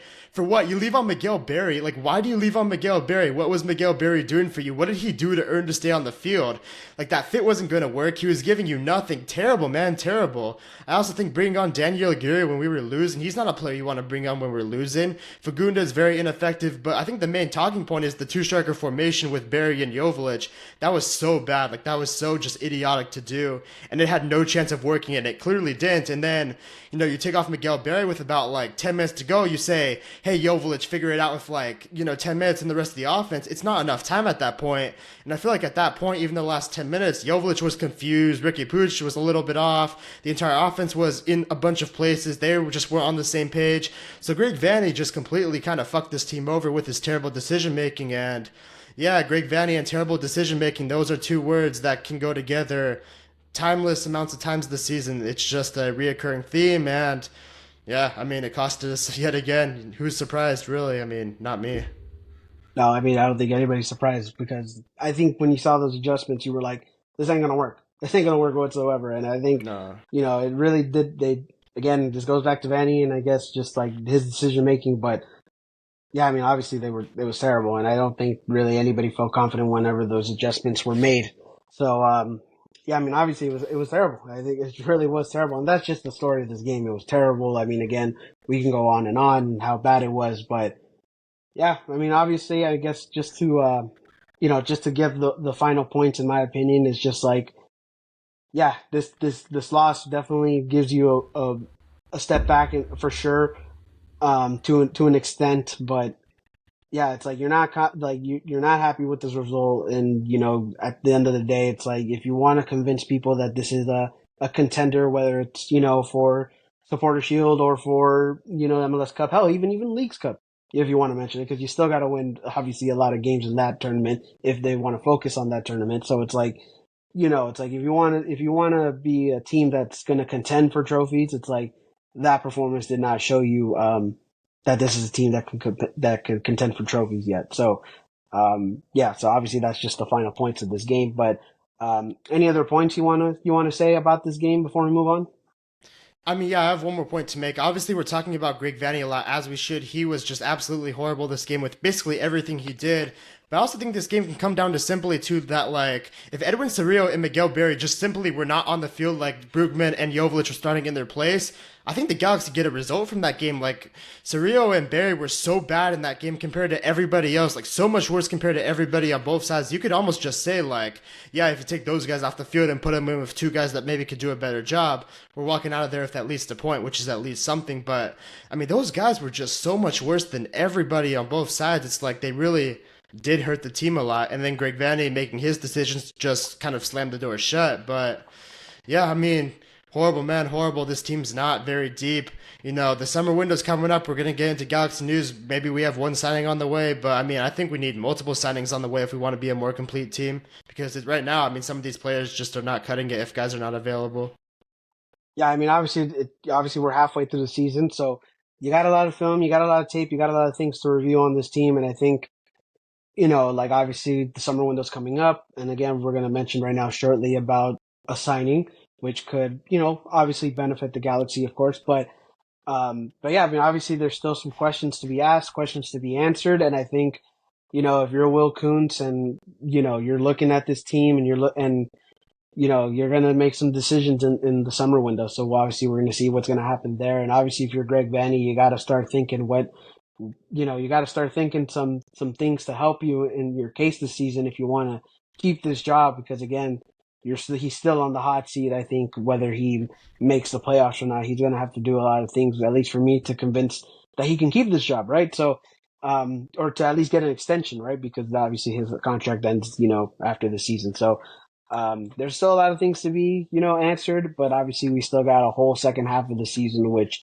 you know, could change a lot of things. Obviously we're going to get into the dog days of summer and things like that. So, yeah, a lot of things to turn around. Again, I don't think this is going to affect the Galaxy completely in their season, but it does affect them in some way and does take a step back, for their season. But, yeah, obviously a lot of things to definitely look forward to in for the Galaxy. But, yeah, any other points before we move on? Absolutely embarrassing result. The players should be very disappointed about it. It's a very bad way to go into a 2 week break. But, once the break's over and we come back home against Kansas City, I mean, we have to elevate our level of play and, use that game as motivation of like, hey, we have to play a lot better. And I expect to see a bounce back performance from them. Yeah, hopefully we get to see that bounce back performance. And again, this break definitely helps the Galaxy a lot. Right smack in the middle of the season. That's probably where probably the best part of probably the best part of the season to have a break in. So, yeah, I mean, obviously you're gonna, hopefully those guys rest up. Hopefully those, some players who were injured come back for the next game. So, obviously it's going to be a little different once we play Kansas City, but, we'll talk about that in a little bit of the preview. But anyways, that was Chicago. Obviously a total embarrassment. I think everybody can agree on that. Nothing positive out of that game that you can really say that, could help us this season. But yeah, obviously Just Perez. Chicago. Yeah, obviously just Perez. I think that's probably the only one where you'd say that you were happy with. But even then, it's like, once Payne still comes back, who knows how much time we'll see of Johnny, right? So again, it's like you can't really say like it's a needle mover for him to get those minutes. But still, though, good to see him play.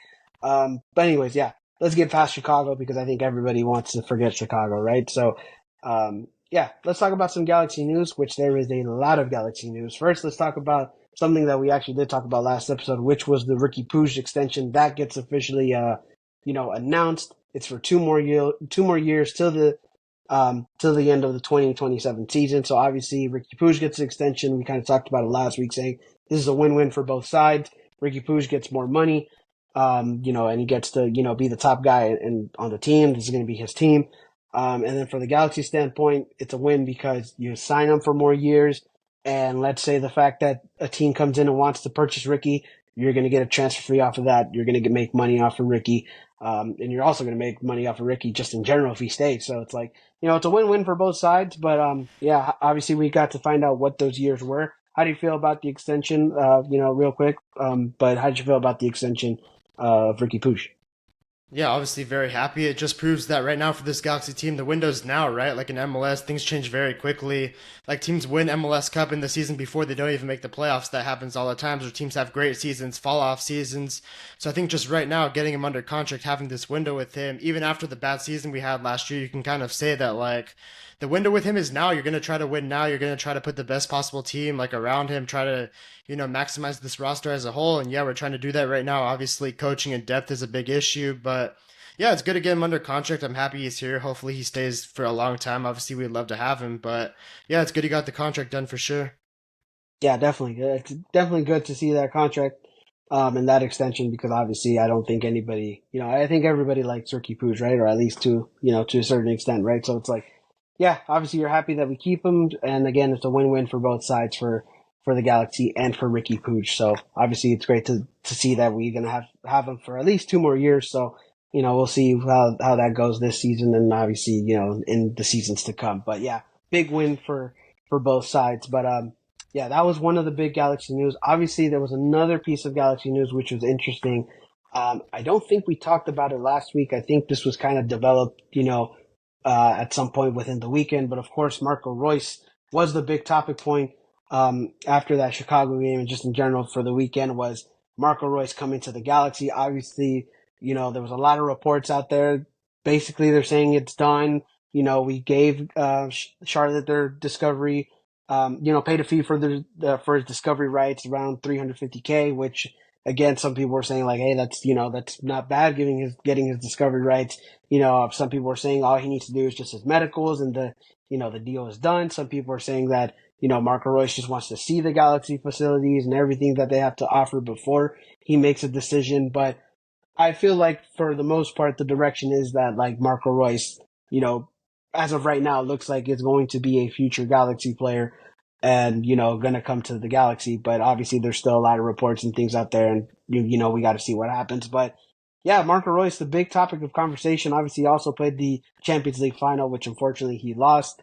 But when you're going up against Real Madrid, that's going to be a tough, task to do in the Champions League final. But he played his last game at Dortmund this past weekend, and unfortunately he lost. But again, yeah, like Marco Royce seems like the direction is that he might be coming to LA. What are your thoughts about that? I guess the saga and all the reports coming out. What are your thoughts about it? Yeah, definitely would be a really good deal for sure, especially on a TAM deal. Getting a player of his caliber with his experience on that type of deal, I think would be an outstanding job by Will Coons. He's proven to do it before with LAFC with some of those guys they had over there. And yeah, you heard about sponsorship deals too, so I guess that's something you can get added to possibly make more money. So yeah, it'd be definitely a really good signing. I think he could still bring a lot to this team if he's fit. He's still a good player. I think this Galaxy team, just in general, like if you're looking at the loss in Chicago, they could probably use a little bit more maturity, a little bit more leadership, especially in the attack. I still think he has a lot to offer too. I don't know if he's going to be a full time starter, but like he can definitely start some games. Kind of play that like Chiellini role where like yes, he's starting games, he's not starting games, he's in and out, but he's around the team consistently. He's a good asset to have. So I mean, yeah, it'd be a good sign to make for sure. I think a guy that like definitely could be on his way out of the Galaxy somewhat soon, maybe is Diego Fagundes because I feel like Marco Royce and Fagundes do kind of similar things, just one does it at a higher level. You also see maybe the upcoming emergence of Donny Perez if he can play well in coming games. And ultimately for this Galaxy roster in the summer window, the goal is like finding ways to get better and improve. And you look at this roster, you're not moving the DPs, you're not moving Brugman or Delgado, you're not moving Yamane or Yoshida. So you look at a big contract that we can probably move that, maybe is not one of the most impactful players on this team to try to get better is Diego Fagundes. Like, I think Fagundes is like the fourth or fifth highest paid player on this team. And obviously that's not, very good. I like Fagundes, MLS veteran, can offer a lot. But on that contract, what he did with another team we're paying him for, I just feel like, if the Galaxy really do want to improve and maybe try to take that next step into trying to become a more competitive team, I feel like that's a contract they might have to move off on. Obviously, very off topic, but I just feel like with the Royce signing possibly coming in, he could be a guy that like you look at and say, well, there's not really much room for him on this team, and maybe you could look to move him for a different position, maybe to try to get better. Yeah, I mean, obviously, well, kind of just to back off like the whole like maybe you might have to move for Fagundes and things like that. Obviously, like a couple weeks ago, Kevin Baxter, obviously LA Times reporter was talking about it, saying that they might not have to move any players for Royce, which I think is a good thing. That you kind of keep your pieces. And again, like I said, I like Fagundes. Yes, the contract is a little it's a little too much because he is getting paid a lot for what he's doing, I guess. But he still has a lot to offer on the table. I think it would still be kind of a blow if you get rid of Fagundes. So if you can manage to keep him and you can manage to like not get rid of a player, I think that's a win for sure. But yeah, I mean, obviously for Marco Royce, it's just like obviously he still has a lot to offer, I think. And yes, he might not be that 90-minute guy, which is also something that they reported before, everything that was happening right now is like maybe not, he might not be that 90-minute guy, could still probably give you some games where he plays the full like 90 minutes, but obviously you're not expecting him to do that in a sense. Again, leadership, just have that experience in the guy. And I think a lot of people would say that they respect Marco Royce, right? Like obviously Marco Royce has not been a player where I guess, he's been like, I guess, the villain or anything like that. Like obviously there's some players who like, Zlatan. yeah, like Zlatan, you can say was a villain, like, or like they say in wrestling terms, like a heel, right? It's like, he, like Zlatan was definitely a heel in that sort of sense. And Marco Royce kind of was just like a baby face. I know I'm using a bunch of wrestling terms. And you might not understand that, but point is, it's like Marco Royce is a likable, respectable guy. And I think a lot of people would like to, be in a locker room with Marco Royce. People would want to, hear what Marco Royce has to say and what he has to offer, right? So I think that's a lot of good things that you would want in this team. So it's like obviously definitely for sure you want the experience and a player like his caliber. So I think it's definitely for sure it's good to see that we're going for a player like him. Obviously we'll see what happens if that gets done or not, but I think it's very much sure that it's going to happen because obviously a lot of people were saying about money wise and things like that. It's like, if it was about the money, he could have gone to Saudi Arabia, which they'll pay him whatever the hell he wants. He could have still gone to Charlotte because I think supposedly they were offering him like $4 million a year or whatever, which again, that's a lot of money. But if it was about the money, he could have gone to, Saudi Arabia. He could have stuck with Charlotte. But it's not really about the money, right? So it's like, so that's a good sign as well because he wants to look at the LA Galaxy and see what they have to offer. And even if he doesn't get paid as much as some other teams, he's still going to want to play, I guess, with a club like the Galaxy. Obviously, sponsorship deals is the thing that's, being thrown out there as well. So it's like, for Marco Royce, I think it seems like it could be done. Obviously, it's a little quiet right now since the weekend, but, I think that's a good sign because, normally when it's quiet, that means, it could get wrapped up, so it's like, I think it'll happen. I think for the most part, as of right now, it could happen, but yeah, I mean, I don't see anything really bad about Marco Reus right now being in addition. So, obviously a lot of people say about the age, but again, I don't think age is a factor because he's not going to be that 90-minute guy. So, yeah, I mean, obviously for Marco Reus being in the building, I think could be a massive plus. And like you said, leadership, right? And maturity. And I think that's what he's going to bring to the table for the soccer room. Yeah, Marco Reus has never been a guy that's been about money. Even when he was at Dortmund in his prime, he could have gone to like clubs like Juventus, Man United, big clubs like that. I think he had other offers elsewhere too. But like he always chose to stay at Dortmund, which really showed you that he was never really about the money. And even in MLS, like you said, he could have gone to Saudi Arabia. They would have paid him, an insane salary. He could have gone to Charlotte and be a DP. He's just never really been the guy that's like, oh yeah, I absolutely am playing to get paid. Like he's open to any situation. He's gonna choose what's personally best for him. And I think maybe the Galaxy could be going in that direction for him. Yeah, definitely. And obviously, you get to live in LA. So I mean, obviously, it's like that's a plus in itself. Not to shit on Charlotte, I guess, but really, what's there much to do in Charlotte, I guess. But obviously, LA is a big city in the country, so it's like there's a lot more things to do here. And again, if sponsorships are in play, there's a lot of sponsors here in LA. There's a lot of things you can do in LA to get money other than just playing on the field. So. And again, I don't think it is a money issue because, again, like I mentioned, could have gone to Charlotte, could have gone to Saudi Arabia, but he's open to everything. So, and I think, if you're Marco Royce, I think, playing for, a club like the Galaxy, which again, we're, I guess in a sense, like, although we haven't won since 2014, it's still like I guess a historic club in the, in the MLS, right? We're still that guy that team that everybody wants to model. So it's like, I think Marco Royce would like to play here. But again, it's just a matter of getting that deal done, which looks like it could happen, but you never know. The things could happen last minute, so it's just like it's the matter of hearing it's official or hearing Fabrizio Romano saying here we go, all that stuff, right? So it's like it's just a matter of when that gets announced, but it just seems to be like the direction that's where it's going is that he's going to come here. Yeah, and just back to my point with Fagundes though, like I just feel like maybe you're being a little bit too generous to him. Like, dude, he's getting paid like the fourth or fifth highest paid player on this team, and let's be honest, is Fagundes even like a top 10 player on this team, top nine maybe? I mean, it's he's just Ooh, like I don't know, like dude, like ultimately this sport's ooh. about getting better, and like we could bring in a max tam player, like a really good winger internationally, or a really fast player, or a really good defender midfielder. Like Fagundes, respectfully, when he started hasn't really done much. Like in the Dallas game he didn't really offer us anything. In the Chicago game when he came on didn't offer us anything. A lot off the bench, yes, he had a moment, a goal in Vancouver, a goal in Minnesota, can give you, he's like more of like a 300 400k a year guy on that contract. Yes, I love Fagundes, you know, MLS experience, it's good to have on the roster, but with a max tam contract, like I don't think like it came across your head how good of a player you can get for that contract. Like Brugman's a max tam contract, one of the best players on this team. Delgado's a max tam contract. Is Fagundes on that level? I mean, no. So I just think when you look at the roster and how you can get better, he's the guy that, unfortunately, it sucks. He might have to go if you want to get better and bring in a really good player with that money. And I think you might have to do that in order to compete with some other teams in this league if you want to try to go far. I think you said I was too generous about Fagundes, which I think could be fair, but I think you're being a bit too harsh on Fagundes, in my opinion, because to say Maybe in that the he's middle.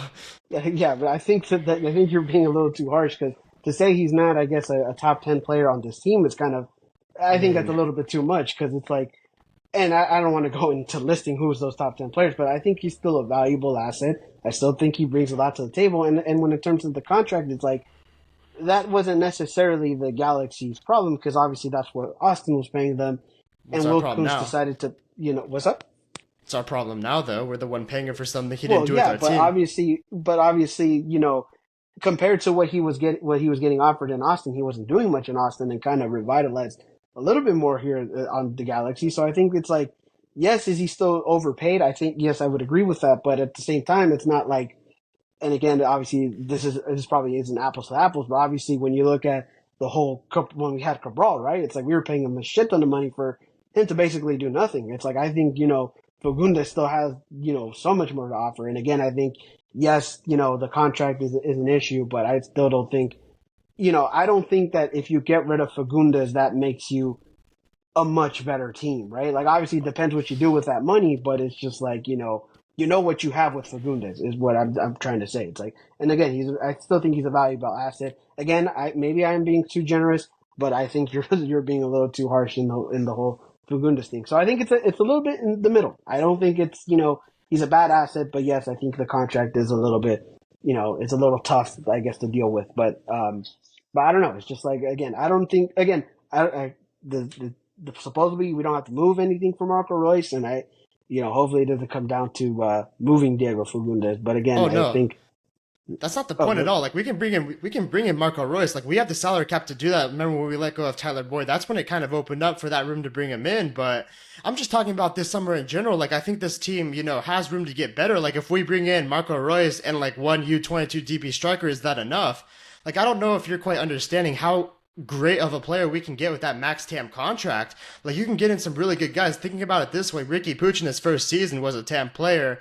As much as I hate the guy, Arango with LAFC was a TAM player and then played well and got a DP contract. Like you can bring in an incredible player with that max TAM spot. There's so many guys around the league too that are just really good. I mean Suarez, that's kind of a rare example, but like there's so many guys you can bring in that are super talented players on teams. I just feel like Fagundes, yes, okay asset, MLS experience, but not a max temp guy. You could really improve this roster if you hit on that signing, if you possibly moved him. And he's the guy that would be moved because, like I said earlier, you're not moving the DPs, you're not moving Brugman Delgado. So, sorry for Gundes. If the Galaxy want to go to that next level, I feel like he's the guy that you might have to move out and then bring in maybe an elite player who fits this roster a little bit better.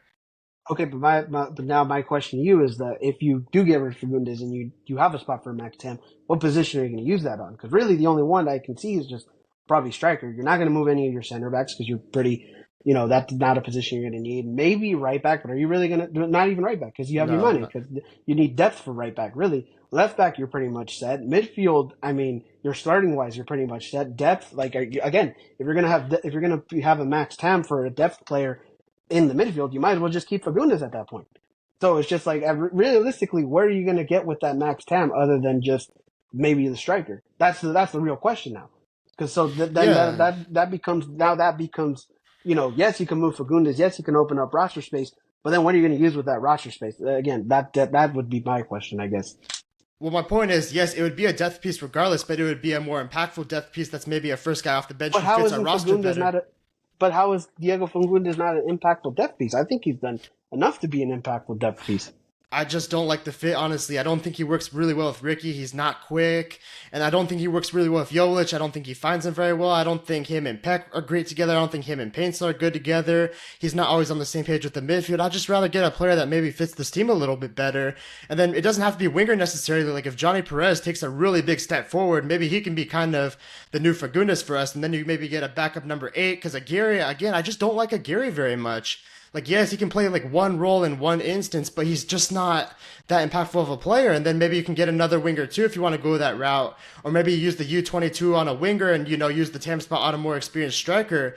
I just feel like we can bring in a more like, we have an okay player on the max TAM spot. I think we can bring in a great starter on that max TAM spot. It's about taking that next step for me. Like we're getting an okay player, we can get a great player. And there's many different spots we can use it. There's many different ways we can use it. But I just feel like Fagundes is not a good fit on this roster. If Marco Royce possibly coming in, I feel like they kind of clash too. They're kind of the same versatile player that can play many different roles. I just don't like the fit of Fagundes on this team. I think you can still move him. There's other MLS teams that would like him. I'm just not buying the fit, and I think he's an okay player, but I think we can do better with that spot. And I think we're a team that if we want to be competitive, we have to do better with that spot. I I don't honestly. I'm going to not completely disagree with you because I kind of see what you're going, but I'm going to disagree with you. Like I just don't think moving Fagundes would be necessarily the best case scenario unless you for sure know you can get a better player. Like I just don't see it right now. Like because again, it's like because who can you bring? I understand you saying like, oh, you can bring in a better experienced player, a better depth piece. But I just think Fagundes is still a good depth piece. Like I get the contract part of it, but again, it's like if you're going to get rid of a max contract guy who's a depth piece to get another depth piece and put him on the same contract, then what's the point? That's A kind of better where I'm fit, seeing it. better fit, and better production, I in my don't think opinion. I don't think Diego Fagundes is that bad fit of a team I or do. I bad fit for disagree this team. there. I I disagree. I I do think I he's not a don't. good fit. Well, you know what? Let's agree to disagree. I don't see it. Oh, that's But again, fine. I respect your opinion. So I respect what you're trying to say. But again, I just don't see the whole idea with Fagundes. In my opinion, that's just me.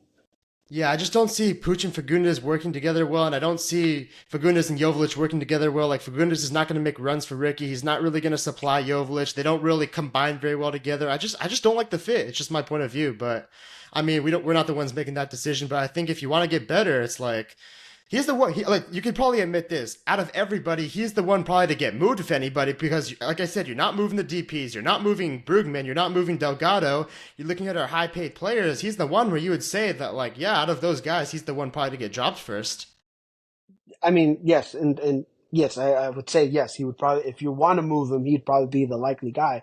But I'm just saying, like, would you like? I don't think it's necessarily right to move him right now. Like again, like I just don't see it. Like I just don't see Will Kuntz being the guy to really move him, especially because that was one of his first signings to bring in, right? And I think again, Fagundes has done well for what we're doing him. Again, it's just a matter of the contract, right? So I guess it's like if you want to move him, it's really because of the contract, not really because of what he has to offer or what he's his play on the field, in my opinion. But again, we'll agree to disagree on that one. I just don't see it, but I guess again, I respect your opinion on that, but it's just, and I get it's just a matter of the contract of it, but you know, yeah, I don't know, I just don't see moving Fagundes as just a viable option yet, I guess, because you never know what could happen.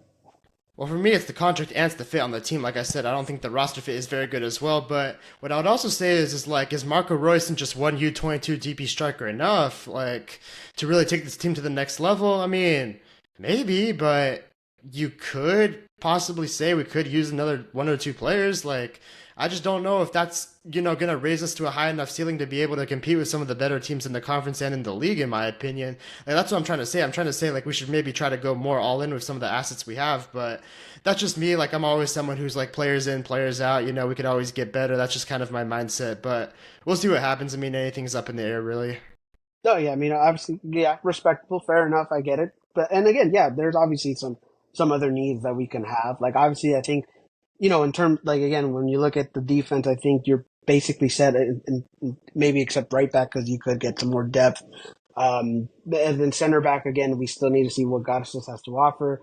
We obviously still need to see, Jalen Neal more. So it's like obviously you're still, in the you got to see what we got to do there. But I think maybe the other spot is just again midfield again. But I don't know if it's necessarily like another TAM guy in the midfield other than Royce, I guess. But it's just like maybe you can get a little bit more depth in there. But I don't know. It's just like again, there's not much you can move, and I think there's not maybe there isn't much you can bring in either because obviously again striker is the big one I think for the most part, which I think they're gonna find somebody in there. But I don't know. It'll be interesting to see what Kuntz does, and it'll be interesting to see what names pop up within the summer window, right? Because obviously we got to see what names are brought up. So yeah, obviously there's still things to be to be answered for sure. And speaking of striker, obviously, I guess this could, again, we're talking about the summer window and some rumors, I guess. Obviously, there was another report which, doesn't seem likely, but obviously there was one report of saying that the Galaxy were interested in Robert Lewandowski, which I think would be pretty big, but obviously I don't think would happen for sure. And again, striker is a need, but it's not Robert Lewandowski that we're trying to get. Like we need just a backup striker, but obviously, I think there was somebody who read the report was necessarily not this year that they would get him. They would wait till next season and obviously see what movement happens there, which makes a little bit more sense. But obviously, when the Marcos or not Marco Royce, when the Robert Lewandowski report came out, I just immediately kind of shut it down in the sense that he wouldn't come this year. But obviously, what were your thoughts about that? How did you feel about that report coming out? I mean, it would be cool, of course, but he still has a contract with Barcelona until 2026, and the report said that it would be in the summer of 2025, which at that point, like, I don't really care about 2025 right now. I'm worried about this summer window and how we can improve this season and what we can possibly do this season. I'm not worried about next year. So, I mean, a combination of, yeah, I don't really think that's going to happen without a DP contract, and I'm not worried about next year right now. So, whatever they're trying to do for next summer, I'm just not that interested right now, truthfully. Yeah, definitely. Like, because I don't think because if you want to look into next year, like obviously a lot of things would have to happen. Obviously a DP spot would need to be filled or need to be let go, which that would Or mean added. or added. Yeah, if the league wants to add another DP spot, but obviously like a lot of things need to happen. Like maybe Ricky moves on, then that opens up a DP spot. What does this mean for Jovic? Does he get more offers after this season? Because obviously, even last year when we were looking at last year, he got an offer, accepted an offer. The Galaxy completely shut it down for him That was false, moving. actually. He said that was false. He did not accept any offers. He said, like, the media said they did, but he said he wanted to stay here. Oh, okay. Then, point is, but there was that. I guess maybe he didn't accept it, but there was rumors of maybe a team was interested in him regardless. So obviously, maybe more teams open up after this. Obviously, so like obviously a lot of things have to happen. But again, it's like you're kind of focused on this year. When that time comes, that has to happen. But obviously, nobody's gonna, you know, decline Robert Lewandowski, to be on the team because obviously he's still a great player, still playing great, football with Barcelona, and it's just like, yeah, sure, he's up in age, but he's still playing at a very high level. It would be kind of like another, Zlatan type of deal where it's just like, yeah, it's like he's still very much, can play at a high level even with his age. So it's just like, like for sure, like it would be great, but it just doesn't seem likely for this season. And in terms of next season, a lot of things just have to happen. So it's just kind of like just kind of shut it down while you can. But anyways, yeah. So I mean, obviously those were some rumors. Those were some, I guess signing updates in terms of Marco Royce. So, um, you know, I guess we're gonna kind of move on a little bit. Obviously, before we move on into the Kansas City preview, obviously we like to talk about Ventura County as well. So Ventura County, the last game they got a 3-2 win at home. I think that was also Marcus Ferkranus' last game with Ventura County because he's going to a team in the Australian League. So, but just a real quick, I guess for Ventura County before we move on. Like obviously they get another win. So I don't know if you end up catching that game, but how'd you feel about I guess Ventura County getting another win? Yeah, that was a very good game. It was a very back and forth game. I think they definitely did win. I don't remember the scoreline completely, but I know they played really well. It was against the Tacoma Defiance. I think the scoreline might have been 3-2 if I recall. Like I know they scored Yes. like right after Tacoma Defiant scored, so that was a really good victory. It was a very fun game to watch. And yeah, I mean back in first place, I think in the MLS Next Pro Western Conference right now, that's very good. Some of their players stepped up. It's good to see that for sure. And yeah, I mean good win for them definitely. Yeah, definitely for sure. And like I said, Marcus Francis' last game before he moves on. Some interesting things by his mom that was posted on, social media, which, I guess got people like kind of, like, whoa, what's happening there? But of course, I guess wish best of luck for Marcus Francis in terms of, his next move. So, yeah, obviously for Ventura County, great, you know, great win for them. So obviously, they got to keep up what they got to do for sure. But anyways, that's Galaxy news, and I guess an update on Ventura County. Before we move on into our preview of Kansas City, unless you had any other things you want to mention before we move on. No, I think that's it. All right, then for sure. All right, let's talk about Kansas City. Which again, this is actually a long episode today, so Oh yeah. yeah, I mean, it's very, very long. I mean, Jesus. So I guess we'll try not to make this quick, but of course, I know this is, I guess thank you guys for being here for however long this episode is going to be. But, yeah, I mean, obviously, Kansas City, when we come back in a couple weeks. So, yeah, so, early on in the season, we did end up being Kansas City at Kansas City, which was a pretty big win for the Galaxy at that point in the season. Now they come here to LA. Again, we just came off a pretty embarrassing loss against the Chicago Fire, so we gotta, hopefully this team bounces back. And again, Kansas City is a team that maybe not be the best right now, but has still given us some troubles in the recent years. So, yeah, obviously Kansas City comes in home in a couple weeks. How do you feel about that game? And what are your thoughts about it? Yeah, absolutely a must-win game, right? Coming off that really poor result, coming back at home after a 2-week break, getting all our players back. I definitely expect to see the Galaxy come out very motivated, rather angry, honestly, about what happened last game. They should come out with that level of passion and aggression that game.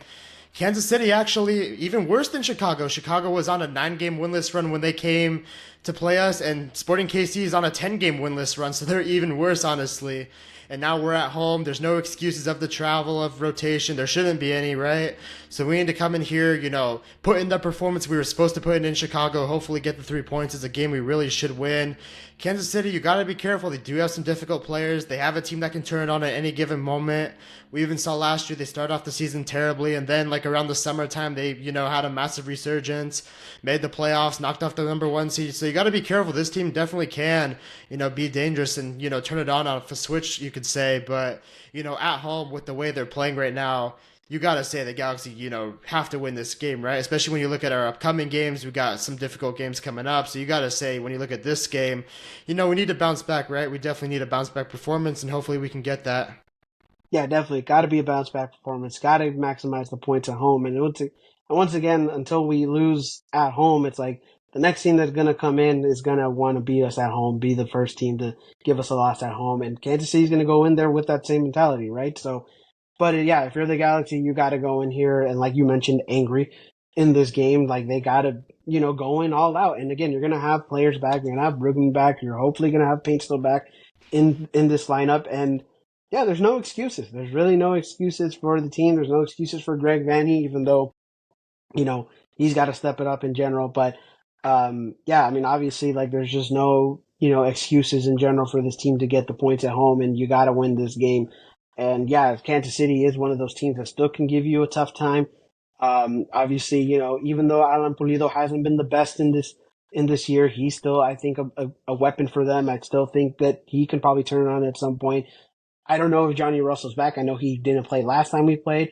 He's always been a Galaxy killer for us, and I don't know, the status on him, whether he's been playing or not. I haven't really been focusing on Kansas City too much, but still, though, like they still got players that they can, go in there and compete with, right? So, I think they could still give us some trouble, and I think the Galaxy, even though, you know, even though they can give us some trouble, I think the Galaxy got to look at this game and say, you know what, I don't care if they got the players to do it. They gotta go in there with the right mindset, right mentality. Greg Vanny has to go in there with the right mindset, right mentality to go win the 3 points at home. And again, you got two back-to-back home games this coming month, or these next couple, or well, once you come back from break. So it's like you gotta win those games. So definitely for sure, they gotta go in with the right mentality, going into that Kansas City game. I mean, yeah, you could definitely talk about Kansas City's players, and I agree they do have some talented players. But also, a really big concern is that we give up very cheap goals. Like we lead the league in set piece goals given up. We also give up very cheap goals, like off of giveaways or off our players missing the ball. So it's like, yeah, you can look at their players, but I'm also worried about like, we could just gift them a goal, and all of a sudden, like they're playing in a good position. Like we got to make sure to try to, especially at home, really limit these mistakes, which we said all season. And yeah, we've had moments of we've done that or instances, but it's not been consistent at all. But especially this game, like we cannot afford to have players missing the ball or turning the ball over in very dangerous spots, like we have in the last, you could say, couple games. Yeah, definitely for sure. You can't keep doing the same mistakes. And also last time when we played Kansas City, um, I Two don't think set both. pieces. Yeah, I was gonna say both goals were set pieces, so you definitely got to be on top of your set piece defending. Which again, we haven't been on top of our set piece defending, so you got to be on top of it this game. Can't keep turning over the ball, which because I think Kansas City will definitely kill you if you turn over the ball a lot. So it's like for this game again, you just got to limit those mistakes and just go in with the right mindset. And again, I think this team will have the right mindset because of the loss that we had in Chicago. So yeah, they just got to go in with the right mindset. And again, this is going to be the start of the second half of the season. So now the team's got to turn it up to a different level because now we're going to go into the dog days of summer. Then next thing you know, you're on the final stretch, and obviously that depends. Depends on how we do this second half of the season. That's going to be important too. So, again, a lot of soccer to be played for this season, but obviously this is going to be the start of the second half of the season. So you got to go in with the right mindset for sure in terms of that. Yeah, obviously, like you said, they got to turn up for this game for sure. Like they got to come in at home, put in a complete performance, really stay focused, limit those mistakes, take our chances. Greg Vanny has to make better subs. Read the game, not pull the plug on players that might be playing well. It's just all these parts of the game that are very important for us. And yeah, especially coming back now, we really need these 3 points after a big disappointment, and hopefully we can get those. Yeah, hopefully we can get those 3 points, and we need those 3 points because it's at home. So, yeah, definitely for sure. We just gotta hope like we always say, we gotta hope for the best, and hopefully the team goes in with the right mindset. But any other final points you want to say about this Kansas City game before we end this episode and go on break ourselves for a week? Yeah, a week and a half. But yeah, obviously, yeah, we need to come in, very focused, very prepared, ready to go, refreshed, and come out there and put in a complete performance and really, make sure to defend our home field. Yeah, definitely. Again, undefeated at home. And again, like I mentioned, every team that's going to go in is going to want to be the first one to, or is going to want to be the team to give our first loss there. So obviously we gotta go in protecting our home. So yeah, hopefully everything goes well. Hopefully we just go in with the right mindset and mentality for this game, unlike Chicago. So, but anyways, I think that's going to do it for the episode. Like we mentioned, it's a very long episode. So thank you for sticking with us. But yeah, we're gonna do it here. We're gonna send it off right now. So obviously, if you want to follow me on social media, follow me at Insider Galaxy on Instagram, on X. Go follow the Galaxy Central on Instagram. And yeah, obviously, do you have anything to say to the listeners before we go? Yeah, of course, hopefully we can bounce back. That's all we can hope for right now, right? Yeah, hopefully for a bounce back. And also just, my message to the listeners, again, we don't have a game this week. So obviously it's a little break for everybody, right? We don't have to stress this week about the Galaxy, I guess. So it's like, take your time off, go watch other sports or, watch other MLS games if you want. Just go do something to keep your mind away from the Galaxy, I guess. Take a little break from the Galaxy too. I guess we could also use that as well. But, go, enjoy yourselves this weekend and things like that, even though we don't have a game, or do whatever you need to do. But, yeah, I mean, of course, hopefully, everybody within when this next week and a half, hopefully you guys, have a good break, I guess, too, from the Galaxy, or, if you get what I mean. But, yeah, obviously, again, that's going to do it for the episode. Be a friend, tell a friend about the podcast, whenever you listen to this podcast. And I hope you all have a great rest of your night, rest of your day, rest of your week. And we'll see you back when, after Kansas City. So thank you guys, and Jesus. 7 words